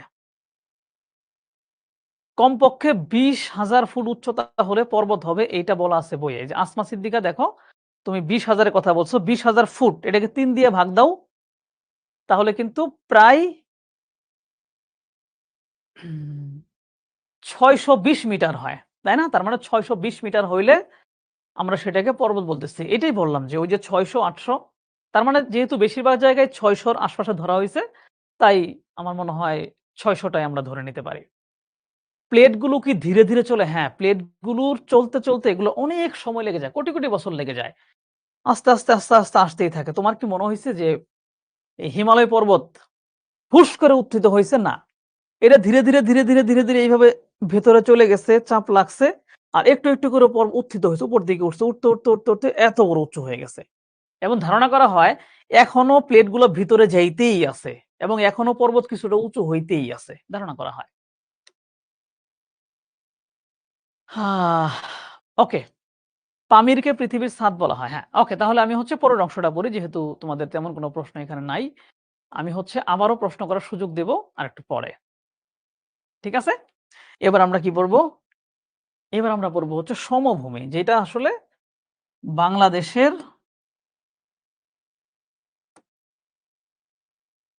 বাংলাদেশের বেশিরভাগই কি? বেশিরভাগই কিন্তু এই সমভূমি। তো সেই সমভূমি নিয়ে আলোচনা করব। খুব সহজ হিসাব, সমুদ্র থেকে সামান্য উঁচু বিশাল বিস্তৃত অঞ্চলকেই সমভূমি বলে। এই সমভূমি বিভিন্নভাবে গঠিত হইতে পারে। নদীর নদীতে যেই পলি মাটি ভেসে আসে ওইটা জমা হইতে হইতে শত শত বছরে একটা অঞ্চল গড়ে উঠতে পারে, সমভূমি হয়ে উঠতে পারে। আবার কোনো জায়গায় মনে করো একটা উঁচু ভূমি ছিল, সে উঁচু ভূমিটা ক্ষয় হইতে হইতে হইতে হইতে হইতে নিচু হয়ে গেছে, ওইটাও সমভূমি হইতে পারে। বিভিন্নভাবে সমভূমি গঠিত হতে পারে, আমরা দেখি। বলছে সমুদ্রপৃষ্ঠের সমান বা সামান্য উচ্চতা অবস্থিত বিস্তীর্ণ স্থলভাগকেই সমভূমি বলে। পৃথিবীর মোট স্থলভাগের প্রায় অর্ধেকই আছে হচ্ছে সমভূমির মধ্যে। বাংলাদেশের কত? বাংলাদেশের ৮০ ভাগই হচ্ছে প্লাবন সমভূমি, ৮ ভাগ হচ্ছে সামান্য উঁচু সোপান ভূমি, আর ১২% হচ্ছে পাহাড়ি অঞ্চল। ঠিক আছে? ওকে, এবং বেশিরভাগ উপকূল এবং নদী অববাহিকায় অবস্থিত। সমভূমিগুলা নদী অববাহিকায় অবস্থিত। ঠিক আছে? এখানে নদী বয়ে গেছে, নদীর ২ পাশটা সমভূমি। পৃথিবীর বৃহত্তম সমভূমি হলো ইউরেশিয়ার উত্তরাংশ, মানে ইউরোপ এবং এশিয়া। আমি তোমাদের এটা ম্যাপে দেখায় দেই। ম্যাপে দেখানোর জন্য আমাদের হচ্ছে একটু সামনের দিকে চলে যাওয়া লাগবে ফুস করে। এই যে ইউরোপ এবং এশিয়ার উত্তরাংশ, মানে এটা হচ্ছে এশিয়া, এটা হচ্ছে ইউরোপ। এই ২ টা মিলিত হইছে এই জায়গাতে। এইটার যে উত্তর অংশ, এই যে বিশাল বড় এরিয়া, এটা হচ্ছে সবচেয়ে বড় সমভূমি। যেখানে ইউক্রেন আছে, রাশিয়া আছে, এবং এই অঞ্চলে কিন্তু প্রচুর পরিমাণে গমের উৎপাদন হয়। এবং আরেকটা জায়গায় অনেক বেশি গম উৎপাদন হয়, এই উত্তর আমেরিকা এবং কানাডার যে এই মিলিত একটা বিশাল সমভূমি অঞ্চল, এটাকে বলা হয় প্রেইরি অঞ্চল। এখানে এত বেশি গম উৎপন্ন হয় যে কারণে এই অঞ্চলটাকে বলা হয় পৃথিবীর রুটির ঝুড়ি। পৃথিবীর রুটির ঝুড়ি বলা হয় এটা, কারণ প্রচুর গম হয়, আর গম থেকে কি হয়? গম থেকে হচ্ছে রুটি হয়। তাহলে আমরা আবার হচ্ছে সমভূমির আলোচনায় ফিরে আসি। তোমাদের দেখানোর জন্য কত পেছনে চলে গেছিলাম। যেটা বলছিলাম, পৃথিবীর বৃহত্তম সমভূমি হলো ইউরেশিয়ার উত্তরাংশ জুড়ে অবস্থিত ইউরেশিয়ার সমভূমি, যেটা আমরা দেখাইলাম। এই যে বিশাল সমভূমি। এই চিত্রটার মাধ্যমে আমরা সমভূমির ব্যাপারটা আরো ক্লিয়ারলি বুঝতে পারবো। দেখো, এটা হচ্ছে সমুদ্র অঞ্চল। ঠিক আছে? এই সমুদ্র অঞ্চল দেখো, যারা স্ক্রিনশট নিতে চাও, এই যে এরকম সুন্দর সুন্দর যখন ছবি আসবে তখন স্ক্রিনশট নিয়ে ফেলবা। দেখতে সুন্দর লাগবে, বলবো যে নাহ, মারাত্মক জিনিস বোঝাচ্ছে। ঠিক আছে? এইটা হচ্ছে সমুদ্র অঞ্চল। সমুদ্রের থেকে মোটামুটি অনেকটা দূরে এই যে এগুলো হচ্ছে পার্বত্য অঞ্চল শুরু হয়ে গেছে, এবং এই পার্বত্য অঞ্চল থেকে নদী বেরোয় আসছে। দেখো, একটা একটা করে নদী বেরোয় আসছে। এই যে নদীগুলো বেরোয় আসছে, এই নদী বেরোয় আইসা এইখান দিয়ে প্রবাহিত হয়ে সমুদ্রে পড়ছে। আর এই নদীর সাথে বিভিন্ন বালিকণা, কর্দমকণা এসে এই ২ পাশে পড়তে পড়তে এই যে বিশাল বড় একটা অঞ্চল, যেটা হচ্ছে মোটামুটি সমুদ্রের কাছাকাছি উচ্চতার, এইটাই হচ্ছে কিন্তু বিশাল সমভূমি। আর সমভূমিগুলো কোথায় হয়? নরমালি নদীর ২ পাড়েই কিন্তু হয়ে থাকে। পাহাড়ি অঞ্চলে নদীর উৎপত্তি কেমনে হয়? এই যে দেখো, এখানে প্রচুর সাদা সাদা বরফ জমে আছে। এই বরফগুলো গলে এই পানিটা নিচের দিকে প্রবাহিত হবে। আমি লাল কালার নেই কারণ এটা দেখা যাচ্ছে না। তাই না? এই যে এখান থেকে বরফগুলো গলে এইদিকে আসতে থাকবে। এই বরফগুলো গলে এখানে আসতে থাকবে। এখান থেকে বরফ গলে পানিগুলো নামবে। এরকম অজস্র পানির ধারা যখন একসাথে মিলিত হয়ে একটু বেশি পানি হয়ে যাবে, তখন এটা ধীরে ধীরে নদী আকার ধারণ করবে। এই যে এখানেও দেখো, এইখানে এরকম ভাবে পানি আসছে, আইসা এই যে একটা নদী হয়ে গেছে। এই যেখানে ছোট, ছোট অসংখ্য নদী আছে, অসংখ্য নদী এখানে আছে। ঠিক আছে? ধীরে, ধীরে এই নদীগুলো থেকে পানি পড়তে, পড়তেই মাটি পড়তে, পড়তে ২ পাশে কিন্তু এরকম বিশাল বড় সমভূমি গড়ে উঠেছে। সমভূমি কেন সৃষ্টি হইছে? এরকম বিভিন্ন কারণ আছে। আমরা কয়েকটা কারণ দেখার চেষ্টা করি। সঞ্চয় ক্রিয়া মানে নদী পাহাড়ি অঞ্চল থেকে বালি, পলি, কর্দম এগুলো ভাসায় সাথে, সাথে নিয়ে আসছে। এগুলো ধীরে, ধীরে নদীর তলদেশে সঞ্চয় হইতে এটা উঁচু হয়ে সমভূমি হয়ে গেছে। এই চিত্রটা দেখলে ব্যাপারটা আরো একদম ক্লিয়ার হয়ে যায়। তাই না? একদম ক্লিয়ার হয়ে যায়। নদী শুধু নদীর মাধ্যমে হয় না, লাভা সঞ্চিত হয়েও হইতে পারে। মনে করো সমুদ্রের তলদেশ থেকে একটা আগ্নেয়গিরির অগ্ন্যুৎপাত ঘটলো। মানে ওই যে তলদেশ থেকে লাভা বেরোয় আসলো। আইসা কি উপরে জমা হবে, তখন সমুদ্রের উপরে একটা বিশাল বড় সমভূমি তৈরি হয়ে যাবে। সমুদ্রের হালকা উপরে উঠে যাবে। তাই নদী, লাভা বায়ুর মাধ্যমেও বায়ুর মাধ্যমেও মাটি উড়ে, উড়ে গিয়ে কোন জায়গায় পড়তে, পড়তে সেটা সমভূমি হতে পারে। অথবা কোন উঁচু জায়গা বালি সরতে সেটা নিচু হয়ে গিয়ে সমভূমি হয়ে উঠতে পারে। এবং হিমবাহের মাধ্যমে, হিমবাহ কি বলছি? পর্বতের উঁচু জায়গায় যেখানে বরফ হয়ে থাকে, তুষার হয়ে থাকে, ওই জিনিসগুলা যখন একটা লাইন ধরে নেমে আসে ওটাকে বলা হয় হিমবাহ। ঠান্ডা বাতাসের মতো করে। ওইটার সাথেও ওইটা তো পাহাড়ের সাথে ঘর্ষণ খায়। ঘর্ষণ খেয়ে ওর সাথেও বিভিন্ন বালিকণা, পলিকণা জমা হইতে পারে। এটা নিচে নাইমা এসে জমা হইতেও কিন্তু সেখানে কি বলে সঞ্চয় হয়ে সেটা সমভূমি হতে পারে। যেমন প্লাবন সমভূমি, বদ্বীপ সমভূমি, উপকূলীয় সমভূমি। এগুলোর ব্যাখ্যাটা কি? প্লাবন সমভূমি হচ্ছে নদীর ২ পাশ যখন উপচে গিয়ে বন্যা হয়, ওই বন্যা হওয়ার সময় বা প্লাবন হওয়ার সময় পানি থেকে পলিগুলো ২ পাশে জমা হইতে একটা বিশাল সমভূমি গড়ে উঠেছে প্লাবন সমভূমি। বদ্বীপ সমভূমি কি? অনেকগুলো নদীর ঢাল যখন প্রবাহিত হয়, এখান থেকে একটা ঢাল গেছে, এইখান থেকে একটা গেছে, এখান থেকে একটা গেছে। এই ঢালগুলো সমুদ্রে পড়ছে। এর মধ্যবর্তী জায়গাটা ধীরে ধীরে কিন্তু জেগে ওঠে। বুঝতে পারছো? জেগে ওঠার পরে ওই জায়গায় একটা সমভূমি গড়ে ওঠে। ওটা হচ্ছে বদ্বীপ সমভূমি। আর উপকূলীয় সমভূমি হচ্ছে সমুদ্রের উপকূলে যখন ভূমি জেগে উঠবে। ক্ষয়কার্য নদী, সমুদ্র, বায়ু, হিমবাহ ইত্যাদির দ্বারা উঁচু ভূমি ক্ষয় হইতে নিচু হয়ে সমভূমি গড়ে ওঠে। ঠিক আছে? আর ভূয়ালোড়ন যে ভূয়ালোড়নে প্লেটগুলোর বাড়ি লাগার মাধ্যমে যদি এমন হয় যে সমুদ্রের তলদেশ থেকে কোনো জায়গায় উঁচুতে উঠে গেল, সেটা অল্প উঁচুতে উঠলে সেটা সমভূমি হয়ে যাবে। একটু বেশি উঁচু উঠলে সেটা মালভূমি হবে। একদম খাড়া হইলে সেটা পর্বত হয়ে যাবে। ঠিক আছে? প্রকারভেদ যে ৩ টা আমরা দেখলাম, ৩ টা তো ব্যাখ্যাও করে ফেলছি। তারপরেও দেখি এইখানে একটা কি আছে? এখানে একটা পোল কোয়েশ্চেন আছে। দেখি এটা তোমরা পারো কিনা এটা তোমাদের নিজস্ব জ্ঞান থেকে উত্তর করতে হবে। আমি আগে লঞ্চ করে দেই।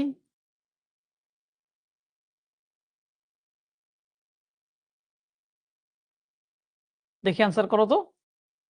যে পৃথিবীর বৃহত্তম বদ্বীপ সমভূমি কোনটি? বদ্বীপ সমভূমি বলতে যেটা বুঝাইলাম, মনে করো একটা নদী এদিক দিয়ে প্রবাহিত হইছে। প্রবাহিত হয়ে এখানে আরো নদী ছোট প্রবাহিত হইছে। এই অঞ্চলগুলো মনে করো খুব নিচু ভূমি ছিল। এই নদীর ক্ষয় কাজের ফলে এগুলা মাটি পড়তে এই অঞ্চলটা জেগে উঠছে। জেগে উঠে একটা সমভূমি হয়ে গেছে তখন বিভিন্ন জায়গাতে ছোট নদী সৃষ্টি হয়েছে। এটা হচ্ছে বদ্বীপ সমভূমি। আর এটার আকারটা বয়ের মতো হয়। পৃথিবীর বৃহত্তম বদ্বীপ সমভূমি কোনটা? অনেক সময় দিলাম অ্যান্সার করার জন্য। করো অ্যান্সার দেখি।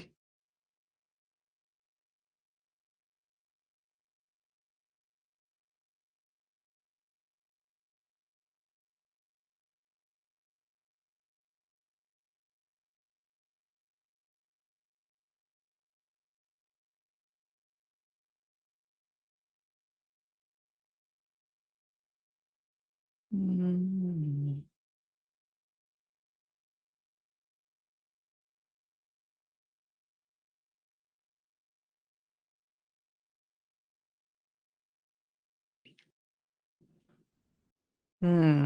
আনসার করছো সবাই?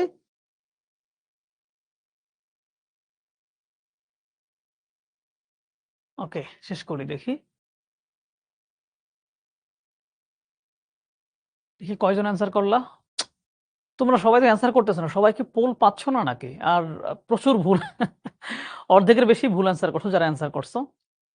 তাও আমি লিডার বোর্ডটা একটু দেখি। ১ নাম্বারে আছে সানজানা তাসনিম রিদি, ২ নাম্বারে শেখ মিফতাহুল জান্নাত, ৩ নাম্বারে বর্ষা, ৪ নাম্বারে রিদিতা হাসান তাইয়েবা, ৫ নাম্বারে মিফতাহুল জান্নাত আবারও। মিফতাহুল জান্নাত একটা হচ্ছে শেখ মিফতাহুল জান্নাত, আরেকটা হচ্ছে শুধু মিফতাহুল জান্নাত। ৬ নাম্বারে কে আছে? তানজিলা আক্তার, ৭ নাম্বারে রিফাত হাসান, ৮ নাম্বারে সাদ মিম আল হাসান, ৯ নাম্বারে সুবীর, ১০ নাম্বারে জেরিন আফরিন খান, ১১ নাম্বারে মোসাম্মদ সুমাইয়া জান্নাত, ১২ নাম্বারে হচ্ছে তামিম ইসলাম, ১৩ নাম্বারে সামিহা আহমেদ, ১৪ নাম্বারে তাহমিনা আফরিন, ১৫ নাম্বারে ইসরাত জাহান, ১৬ নাম্বার সামিয়া আকন্দ, ১৭ number Hisham Uddin Ahmed, ১৮ number Jannatul Ferdous, ১৯ number আলো ইসলাম, ২০ নাম্বার আয়েশা। আর বলব না। অনেকগুলো বলে ফেলছি, হ্যাঁ? অনেকগুলো বলে ফেলছি। কমেন্ট অন করে দিছি। প্রশ্ন থাকলে করতে পারো। উত্তরটা হচ্ছে গাঙ্গেয় বদ্বীপ। গঙ্গা নদীর মানে আমাদের পদ্মা নদী যেটা, হুম? এইটা যে হিমালয় থেকে আসছে, এইটা আসার ফলে এর নিচু অংশে বিশাল বড় একটা সমভূমি গড়ে তুলছে। এই গাঙ্গেয় বদ্বীপটা হচ্ছে পৃথিবীর সবচেয়ে বড় বদ্বীপ। ঠিক আছে? কোন প্রশ্ন থাকলে করতে পারো। আমরা তারপরে আগাচ্ছি। আই থিংক শেখ মিফতাহুল জান্নাত আমি এবং সেকেন্ড হইছি। আচ্ছা, আচ্ছা। হ্যাঁ, শেখ উম্মে হানি কথাকার স্যার একটু আঁচ করেন প্লিজ, প্লিজ। বুঝলাম না। উম্মে হানি কথাকার। উম্মে হানি কোথাকার? উম্মে হানি তুমি কোথাকার? একটু জানাও। তোমার জন্য জানতে চাচ্ছে ফারহানা তাসনিম। সুমাইয়া পৃথিবীর বৃহত্তম বদ্বীপ হ্যাঁ, বৃহত্তম বদ্বীপ বাংলাদেশ। এটাও তো গাঙ্গেয় বদ্বীপ। এটা তো গঙ্গা নদীর নিচে। আমার কাছে স্যার পোল আসছে না কেন? আচ্ছা, সাইয়াদা আফরিন বলছে ওর কাছে পোল যাচ্ছে না। আচ্ছা, আচ্ছা। ঠিক আছে, এটা দেখবনে যে কার কেন যাচ্ছে না। মিফতাহুল হাইসা দিছে। বড়সা বলছে গ্রাবো রেখা কি? মিফতাহুল হ্যাঁ, এই মিফতাহুল হচ্ছে 5th আর ২ টা নাম পড়লেই আমার নামটা আসতো। মাইশা হোসেন। পৃথিবীর বৃহত্তম বদ্বীপ বাংলাদেশে। হ্যাঁ, অরিন ঠিক বলছো। উম্মে হানি বলছে সিরাজগঞ্জ। আচ্ছা, কে যেন ফারহানা জানতে চাইছিলা উম্মে হানি কোথাকার? বলে দিলাম উম্মে হানি হচ্ছে সিরাজগঞ্জের। যত স্পিডে দেই না কেন স্যার, তাও লিডার বোর্ডে নাম আসে না। সামিহা আহমেদ, কষ্ট পাইলাম মনে হচ্ছে। স্যার এটি বইয়ে পাচ্ছি না। সমস্যা নাই, বইয়ে সব পাওয়া লাগে না। আ ও বুঝেছি। হুম, স্যার পোল আসে না। সামির আলম বলছে নাম নেন, নাম নেন। স্যার আমার কাছেও পোল আসে নাই। আচ্ছা, আচ্ছা অনেকের কাছে পোল আসে নাই। ঠিক আছে, ব্যাপারটা ভাবলাম। ফারহানা তাসনিম বলছে যে, "স্যার আমি ভাবছি আমার ফ্রেন্ড।" না, না, না ও তোমার ফ্রেন্ড না। ও অন্যটা। ওকে, আমরা হচ্ছে পড়ায় একটু আগায় যাই। এই যে অ্যানিমেশন ভিডিওটা যেখানে পৃথিবী দেখা যাচ্ছে সেখানে মনে হলো যে প্লেট পানির উপরে। আরে পাগলা, প্লেট পানির উপরে ভাসছে মনে হইছে বাট সমুদ্র নিজেই একটা প্লেটের মধ্যে। বুঝতে পারছো? সো প্লেটের যে অংশটুকু স্থলভাগ, ওই অংশটুকু শুধু দেখা যাচ্ছে। এজন্য মনে হচ্ছে যে পানির উপরে ভাসতেছে। বাট প্লেটের বিস্তৃতি পানির নিচে পর্যন্তও আছে। আবার আরেক পাশে আবার এখানে একটা কাহিনীও আছে। প্লেট তো একাধিক। বৃহৎ প্লেটের উপরে কিছু ছোট প্লেটও আবার আছে। সো এমনও হইতে পারে যে বড় প্লেটটা স্থির ছিল, উপর থেকে ছোট প্লেটগুলো নড়াচড়া করছে। মানে প্লেটের উপরে প্লেট। বুঝতে পারছো? ওকে? এবার হচ্ছে আমরা এই বিষয়গুলো একটু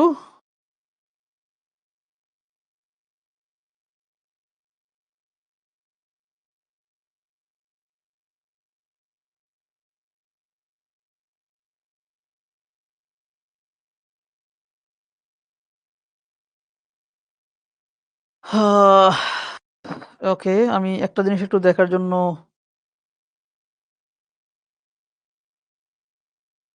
হুম।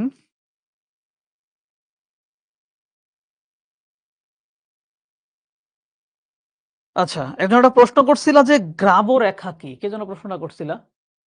গ্রাবরেখাটা হচ্ছে আমার এক্সাক্টলি মনে ছিল না তাই আমি সার্চ দিলাম। ঠিক আছে? সার্চ দিয়ে দেখলাম গ্রাবরেখা জিনিসটা হচ্ছে হিমবাহ, ওই যে একটু আগে বললাম না হিমবাহ মানে পর্বতের একেবারে উপরের অংশে যে তুষার বা জলীয় বাষ্পগুলো যখন বরফ আকারে জমা হয়ে থাকে, তখন ওই ঠান্ডা বাতাসটা যখন নিচের দিকে নেমে আসে ধীরে, ধীরে, তো ওই নেমে আসার সময় ওই ঠান্ডা ভারী বাতাসের সাথে বা ওই তুষারের সাথে বিভিন্ন ধরনের তোমার আ বালিকণা বা পর্বতের উপাদানগুলোর সাথে, সাথে লেগে আসে। এগুলো নিচে নাইমা আইসা যখন সে হিমবাহগুলো গলতে শুরু করে, মানে ওটা তো বরফখণ্ড হয়ে আছে মনে করো তুষার, তুষারটা গলে তো পানি হয়ে যাবে। তখন ওর সাথে যে জিনিসগুলো লেগে আসলো ওগুলো এখানে জমা হয়। এগুলো জমা হয়ে, হয়ে একটা বিশাল বড় রেখার মতো হয়ে যায়। ওটাকে বলা হয় গ্রাবরেখা। বুঝতে পারছো? গ্রাবরেখা এবং এই গ্রাবরেখা থেকেও ধীরে, ধীরে একটা ভূমি হয়ে উঠতে পারে। সেটা যদি একটা বড় আকারের হয়ে যায় সেটা হয়ে যেতে পারে একটা মালভূমির মতো। তাহলে ক্ষয়জাত সমভূমি আমরা বুঝে ফেলছি যে বায়ু প্রবাহ, সৌরতাপ, বৃষ্টিপাত, পানির স্রোত এবং হিমবাহের মতো প্রাকৃতিক শক্তি দ্বারা উঁচু ভূমি ক্রমাগত ক্ষয় হয়ে সমভূমিতে পরিণত হলে তাকে ক্ষয়জাত সমভূমি বলা হয়। এ ধরনের সমভূমি সৃষ্টি হতে হাজার, হাজার বছর সময় লাগে। ইউরোপের ফিনল্যান্ড এবং উত্তর আমেরিকার হাডসন উপসাগর তীরবর্তী সমভূমি ক্ষয়জাত সমভূমির উদাহরণ। মনে রাখবা ফিনল্যান্ড এটা একটা ক্ষয়জাত সমভূমির উদাহরণ। নদী বিধৌত এখন ক্ষয়জাত তো বিভিন্ন রকম হইতে পারে। নদীর মাধ্যমে ক্ষয় হইতে পারে, তারপরে হচ্ছে হিমবাহের মাধ্যমে হইতে পারে, বাতাসের মাধ্যমে হইতে পারে, হ্যাঁ? তো এরকম বিভিন্ন কিছু দেয়া আছে। নদী বিধৌত সমভূমি নদীর ক্ষয়কার্যের ফলে কোনো উঁচু ভূমি ক্ষয়প্রাপ্ত হয়ে সমভূমিতে পরিণত হলে তাকে নদী বিধৌত সমভূমি বলে। হিমবাহ সমভূমি হিমবাহের প্রচণ্ড ঘর্ষণে অসমতল ভূমিভাগ ক্ষয় হয়ে যে সমভূমির সৃষ্টি হয় তাকে হিমবাহ সমভূমি বলে। হিমবাহ কিন্তু ওই যে বললাম ঠান্ডা ভারী বাতাস যেটাতে প্রচুর পরিমাণে জলীয় বাষ্প থাকে, যেটা অনেক সময় বরফে পরিণত হয়ে যেতে পারে বা তুষারে পরিণত হইতে পারে। ওইটা পাহাড়ের গা বেয়ে নিচের দিকে নামে। তখন ওইটা পাহাড়ের সাথে ঘর্ষণ লাগে। ঘর্ষণ খেয়ে ওই পাহাড় ওখানে ক্ষয় হতে থাকে। এগুলো কিন্তু হাজার, হাজার বছর লাগে। হুট করেই হয় না। সামান্য, সামান্য করে ক্ষয় হইতে, হইতে কোন এরকম এবড়ো-থেবড়ো জায়গা যদি এরকম ক্ষয় হইতে, হইতে সমান হয়ে যায়, তাহলে ওটা হিমবাহের মাধ্যমে সমান হয়ে গেল। তাহলে এটাকে বলা হবে হিমবাহ সমভূমি। তরঙ্গ কর্তৃত সমুদ্র উপকূলের তরঙ্গের আঘাতে ক্ষয়প্রাপ্ত হয়ে সমভূমিতে পরিণত হলে তার তরঙ্গ মানে সমুদ্রের তীরে তো ঢেউ এসে আঘাত করতে থাকে। করতে, করতে মনে করো একটা উঁচু জায়গা ছিল। সমুদ্রের ঢেউ লাগতে, লাগতে সেই জায়গাটা ভেঙে একটু সমভূমি হয়ে গেল। এটা হচ্ছে তরঙ্গ কর্তৃত সমভূমি। মরুময় সমভূমি মরু অঞ্চলে বায়ুর ক্ষয়কার্যের ফলে নিম্নভূমি গঠিত হলে তাকে মরুময় সমভূমি বলে। মরু অঞ্চলে মনে করো যে বালি থাকতে পারে বা শীতল মরুভূমিও থাকতে পারে। সেক্ষেত্রে উপর থেকে যদি ক্ষয় হইতে, হইতে, হইতে যদি নিচু ভূমিতে পরিণত হয়ে যায়, তখন ওইটা একটা মরুসমভূমি হয়ে উঠবে। খ নম্বর বলছে সঞ্চয়জাত সমভূমি। ক্ষয় হওয়া জিনিস এতক্ষণ আমরা দেখলাম যে ক্ষয় হইল। এই ক্ষয় হওয়া জিনিসগুলো যেখানে সঞ্চিত হইতে, হইতে যদি সেটা সমভূমি হয়ে যায়, ওইটা হচ্ছে সঞ্চয়জাত সমভূমি। একদম সহজ বিষয়। নদী, হিমবাহ, বায়ুপ্রবাহ সেই একই জিনিস। মানে প্রক্রিয়া সেই একই। এর দ্বারা পলি, কাঁকর, বালুকণা, ধূলিকণা কোনো নিচু অঞ্চলে সঞ্চিত হতে, হতে কালক্রমে যে সমভূমি সৃষ্টি হয় তাকে বলা হয় সঞ্চয়জাত সমভূমি। আগ্নেয়গিরি বা ভূপৃষ্ঠের ফাটল দিয়ে উত্থিত লাভা নিম্নভূমিতে সঞ্চিত হয়েও সমভূমি গঠিত হতে পারে। বিভিন্ন প্রাকৃতিক শক্তি দ্বারা এ ধরনের সমভূমি গঠিত হলে একে কয়েকটি শ্রেণীতে ভাগ করা হয়। যেটা আগ্নেয়গিরির মাধ্যমে হয়েছে সেটা আগ্নেয় সমভূমি। বুঝতে পারছো? এরকম। যেমন পলল সমভূমি যেটা পলি জমতে, জমতে হয়। নদীবাহিত পলি, বালি, কাঁকর প্রভৃতি সঞ্চিত হয়ে যেটা গঠিত এটাকে বলা হয় পলল সমভূমি। এই পলল সমভূমি ৩ রকম হইতে পারে। পাদদেশীয় সমভূমি এটা পর্বতের পায়ের কাছে হইতে পারে। প্লাবন মানে একেবারে নদীর ২ কূল ছাপায়া ২ পাশে পড়তে, পড়তে জমা হয়ে হইতে পারে। বদ্বীপ যে নদীর একটা অংশে মানে সমুদ্রের ঠিক কাছে বিশাল বড় নদীর মোহনায় সেইখানে পলি-টলি জমতে, জমতে বিশাল বড় ভূমি যখন জেগে উঠবে এটাকে বলা হবে বদ্বীপ। সঞ্চয়ের স্থান অনুযায়ী পলল সমভূমি ৩ প্রকার হয়। এই যে এটা ৩ প্রকার। আমি ব্যাখ্যা করে ফেলছি। আমি ব্যাখ্যা করে ফেলছি। মনে করো এই যে এই ভূমিরূপটা দেখতে পাচ্ছ, এই পুরোটাই ছিল মনে করো যে একটা জলভূমি ছিল। এটা মনে করো সমুদ্র ছিল। আমি তোমাদের আ ব্যাপারটা আরেকবার বুঝাই। মনে করো এই পুরো অঞ্চলটাই হচ্ছে সমুদ্র। হুম? একটা নদী আইসা হচ্ছে এইখানে এইভাবে মিলিত হইছে। মিলিত হইছে। এই নদী থেকে পলি মাটি আইসা এখানে জমা হচ্ছে, এখানে জমা হচ্ছে। দীর্ঘদিন জমা হইতে মনে করো এই পুরো জায়গাটা জুড়ে একটা বিশাল বড় এলাকা জেগে উঠল। ঠিক আছে? জেগে উঠল। এরপরে এই নদীর ধারা এই সাইড দিয়ে প্রবাহিত হবে। এইখানে জমা হইতে এই জায়গাটাও জেগে উঠল। তারপর নদী আবার এইদিকে প্রবাহিত হবে। এইভাবে যে বিশাল বড় এলাকা জেগে উঠবে, এটাই হচ্ছে মূলত বদ্বীপ। সঞ্চিত হইতেই কিন্তু এটা হয়। সো এগুলো আই থিংক পাদদেশীয় প্লাবন, বন্যার সময় নদীর স্রোতের সাথে পলি-টলি ইত্যাদি জমা হয়ে আশপাশে যেটা গড়ে ওঠে। আর বদ্বীপটা তো বললামই। পাদদেশীয় কোনটা? যেটা সমুদ্রের সরি পাহাড়ের ঠিক পায়ের কাছে পাহাড়ি জিনিসপাতি নিচে জমা হইতে যে বিশাল সমভূমি গড়ে উঠবে, এটা হচ্ছে পাদদেশীয় সমভূমি। ওকে। এরপর হচ্ছে সঞ্চয়িত আর কি আছে? হিমবাহ সমভূমি। এই যে হিমবাহ গলে যাওয়া পানিধারা, মানে ওই যে হিমবাহ কি? জলীয় বাষ্পযুক্ত ঠান্ডা বাতাস, এটা যখন গলে যাবে, এটা পানি হয়ে যাবে এবং এরা যখন পাহাড়ের গা বেয়ে আসতে থাকে সেখানে প্রচুর পরিমাণে বালি, পলি এগুলো জমা হয়। একদম যখন আসতে থাকে তখন এগুলো গলে পানি হয়ে যায় আর এই পানির সাথে মিশে অন্য জায়গায় গিয়ে জমা হয়। ওইটা হচ্ছে হিমবাহ সমভূমি। উত্তর-পশ্চিম ইউরোপ এবং উত্তর আমেরিকার উত্তরাংশে হিমবাহ সমভূমি দেখা যায়। ঠিক আছে?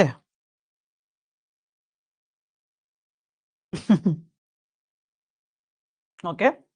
আর হচ্ছে লোয়েস সমভূমি, বায়ুর সঞ্চয় ক্রিয়ার ফলে সূক্ষ্ম ধূলিকণা এবং বালিকণা সঞ্চিত হয়ে লুয়েস সমভূমি গঠিত হয়। চীনের হুয়াংহু নদীর উপত্যকায় গোবি মরুভূমির মাটি সঞ্চিত হয়ে লুয়েস সমভূমি সৃষ্টি হয়েছে।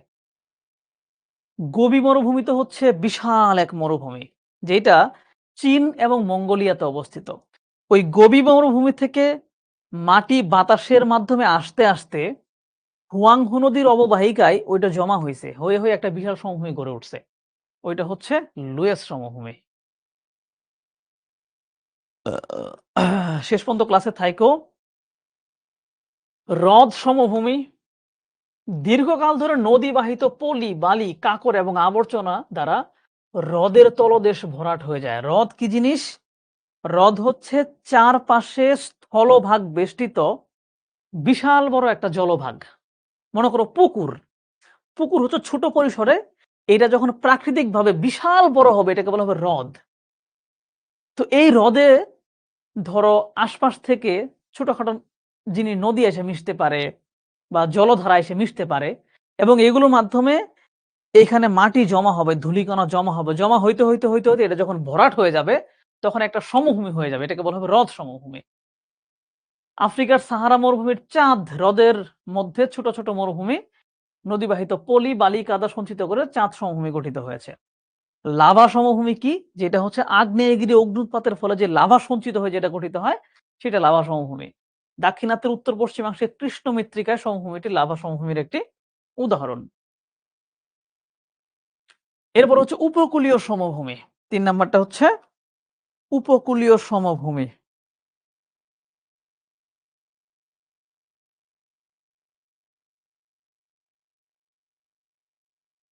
হুম,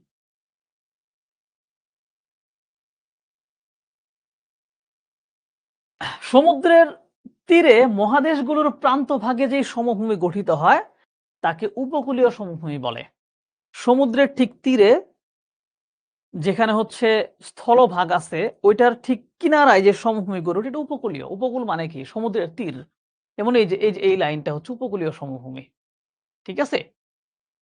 সমুদ্র স্রোত এবং ঢেউয়ের আঘাতে উপকূল ভাগে এক সমতল অংশের সৃষ্টি হয় যার উপর বালি এবং নদীবাহিত পলি জমে উপকূলীয় সমভূমি গঠিত হয়। ভূ-আন্দোলনের ফলে সমুদ্রতল ভূমি নেমে গেলে বা ভূখণ্ড উপরে উঠলে উপকূলীয় সমভূমি সৃষ্টি হতে পারে। বা এমন মানে যেকোনো মূল্যেই যদি সমুদ্রের তীরে কোনো সমভূমি গড়ে ওঠে, ওইটাই হচ্ছে উপকূলীয় সমভূমি। আমরা হচ্ছে মূল বিষয়টা পড়া শেষ করে ফেলেছি। এবার আমি কমেন্ট একটু অন করে দেই। তোমরা একটু তোমাদের সাথে গল্প-টল্প করি। বলো কেমন লাগলো? আর কারা হচ্ছে খেলা দেখছো? মানে ক্লাস বাদ দিয়ে কারা খেলা দেখছো বলো? আমি তো তোমাদের ক্লাস নেওয়ার জন্য খেলা দেখতে পারলাম না। মিফতাহুল বলছে পোল দেন। পোল আজকে আর দেয়া যাচ্ছে না। নেক্সট ক্লাসে পোল আরো বেশি করে নিয়ে আসবো।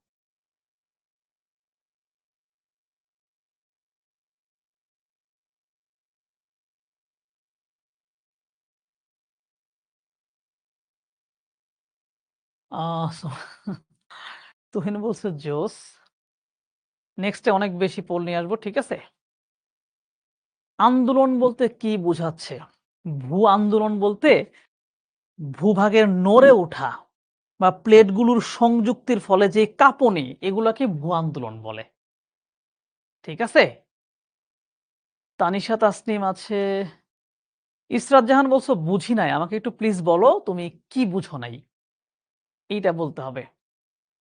পলল কোনটা বলেন? পলল হচ্ছে পলি, পলি মাটি যেটা পানিতে ভেসে আসে। ওই পলি মাটি গঠিত যেই সমভূমি ওইটাকে বলা হয় পলল সমভূমি। ভাইয়া পর্বতের পা আছে? যেকোনো কিছুরই পা আছে। পা হচ্ছে মূলত নিচের ভাগটাকে বোঝানো হয়। সো পর্বতের একদম প্রান্ত নিচের ভাগটাকেই পা বলা হচ্ছে।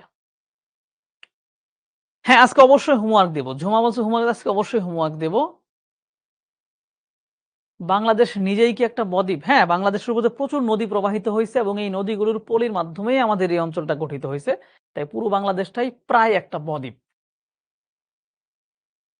ভাইয়া চায়নার হংকং সরি হুয়াংহো নদী কি চায়নার স্যাডনেস নামে পরিচিত? হ্যাঁ, হুয়াংহোকে চায়নার দুঃখ বলা হয়। কারণ হুয়াংহোর প্রবল বন্যার ফলে সেই প্রাচীনকালে ওখানকার সভ্যতা বা ওখানকার মানুষজন বারবার ক্ষতিগ্রস্ত হইছে। তাই সেটাকে দুঃখ বলা হয়।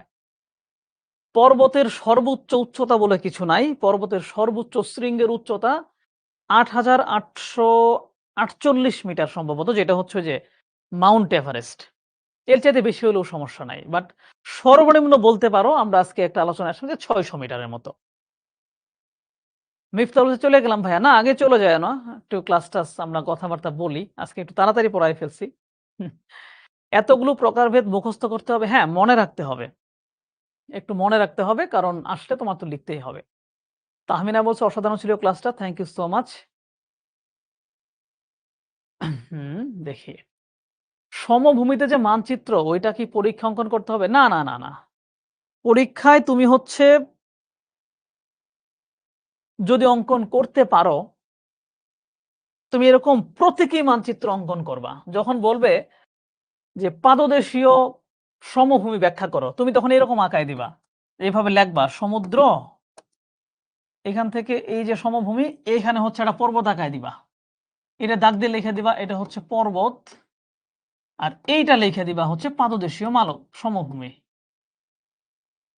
এরকম ম্যাপ আঁকায় দেবা, এরকম চিত্র আঁকাবা যাতে বোঝা যায়। একেবারে হুবহু ওই জায়গার চিত্র আঁকতে হবে না। এই স্লাইডগুলো নোট করার দরকার নাই কারণ এগুলো তো তুমি পাবাই। সো তুমি এখানে ক্লাস করার পরে তুমি হচ্ছে বইটা ভালো করে পড়ে নিবা।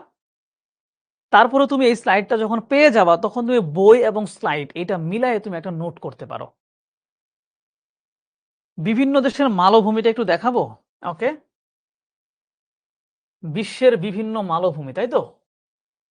ঠিক আছে, ওই ম্যাপটা আমি বের করে রাখি, তোমরা ওখান থেকে দেখে নিও। যারা বাংলাদেশে খেলা দেখছো একটু আমায় বলো খেলার আপডেট কি? সুফিয়া জাহান বলছে ভূ আন্দোলন আর ভূমিকম্প কি এক? আহ ধরো ভূমিকম্পের অনেক বড় ভার্সনটা হচ্ছে ভূ আন্দোলন। ভূমিকম্প একটা ছোট্ট জায়গায় একটু নড়ে ওঠে। ভূ আন্দোলন হচ্ছে এটা এত বেশিভাবে নড়ে উঠবে যে এখানকার ভূমিরূপ চেঞ্জ হয়ে যাবে।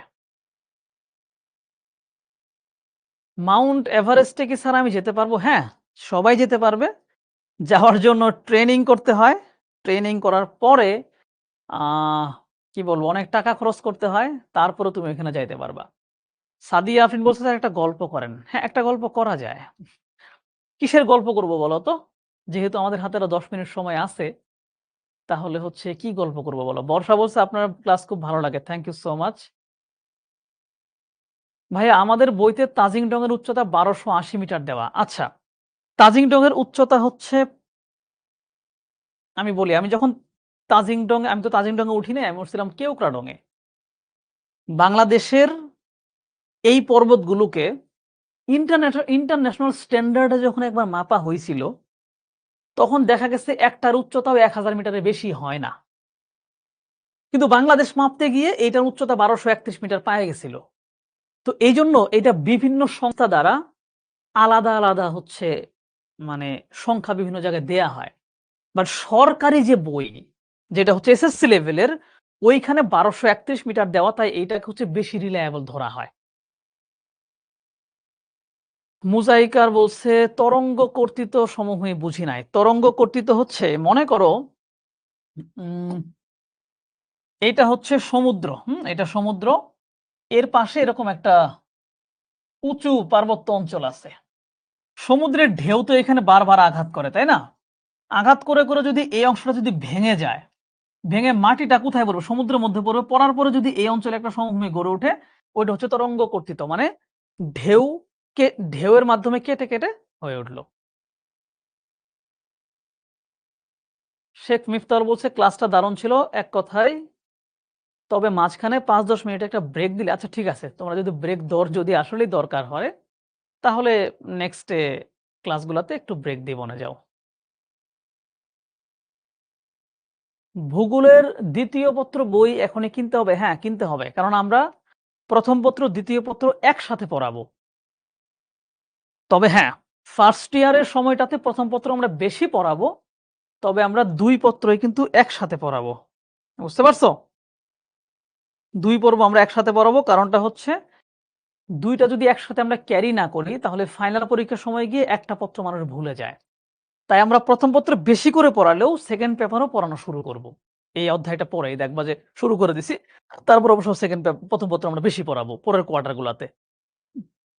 মাসুম কবির বলছে বাংলাদেশ হারছে। আচ্ছা, কেমনে হারলো? ভাইয়া ভূগোল পুরাতন বই কিনলে হবে? যেহেতু জিনিসপাতির খুব একটা চেঞ্জ হয় নাই, তুমি কিনতে পারো। উম আহ আর কি প্রশ্ন পাইতেছি না দেখি। আফ্রিকা থেকে গরু, ছাগল কি বিমানে আসে? না, না, গরু, ছাগল তো নরমালি বিমানে আসে না। এগুলো জাহাজে করে আসে।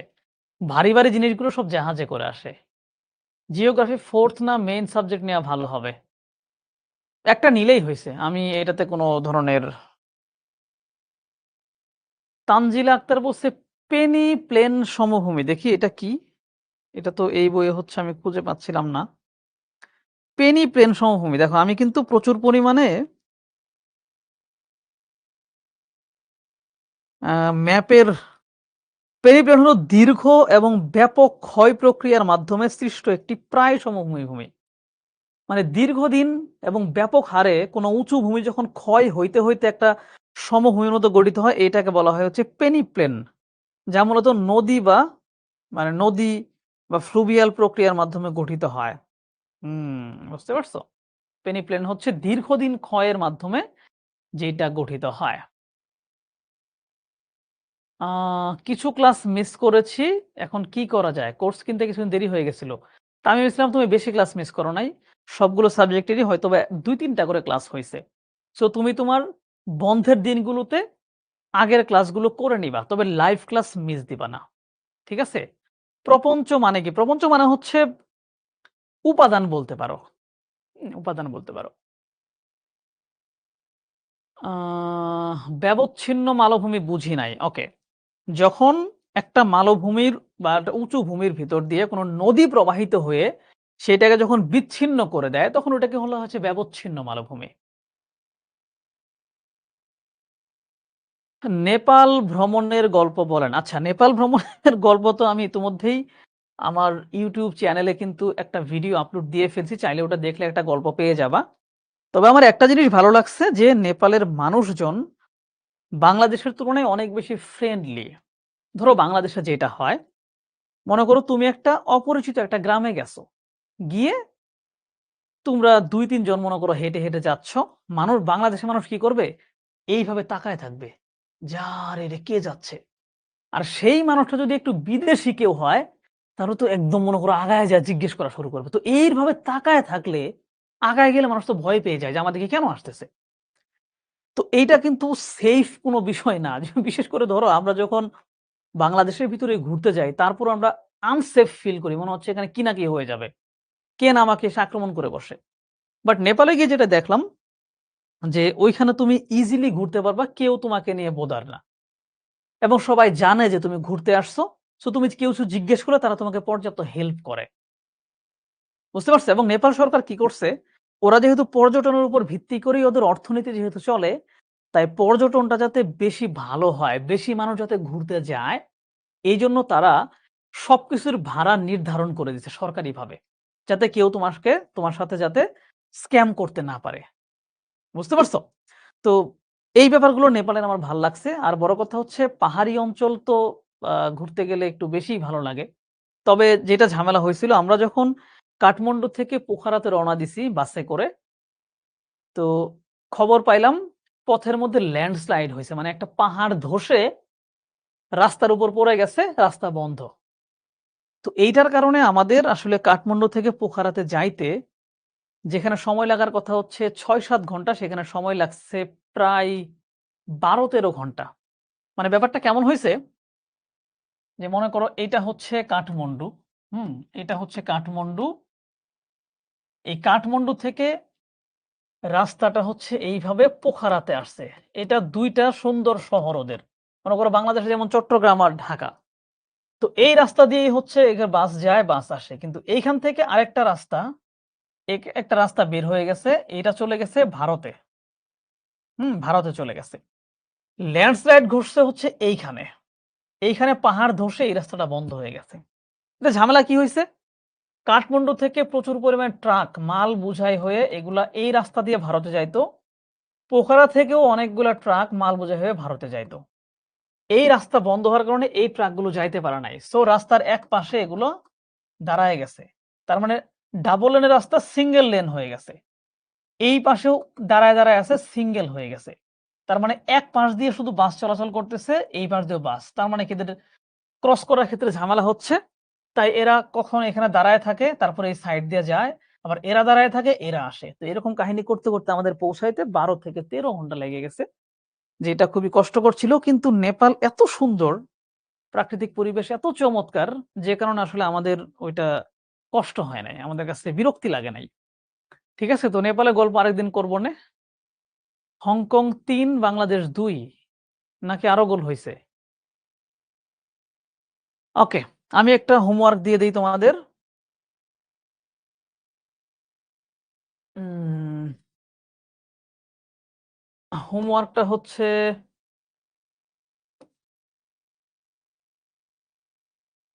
হুম, একটা হোমওয়ার্ক দিয়ে দিচ্ছি। চমৎকার একটা হোমওয়ার্ক দিব।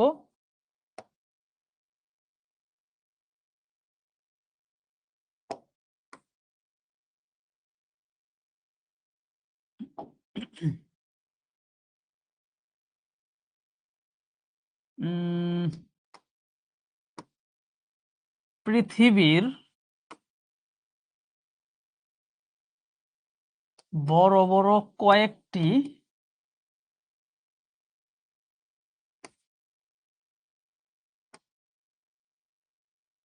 মালভূমি সম্পর্কে লিখো।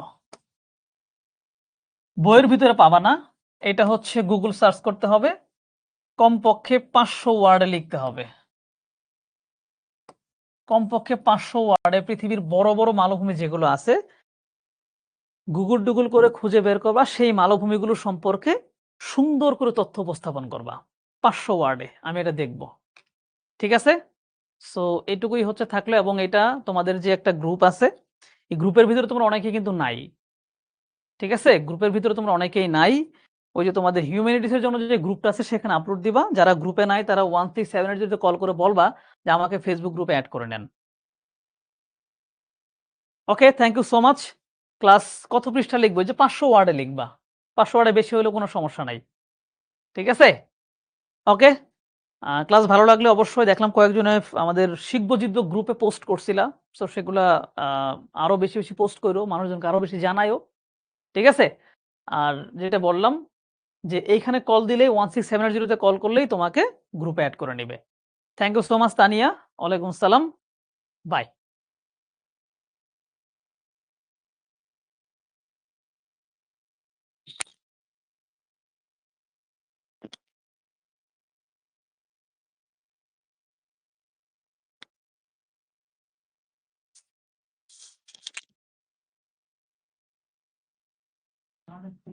ভাই এইভাবে কেউ ম্যাচ হারে? কি করছে? নিজেরা নিজেরাই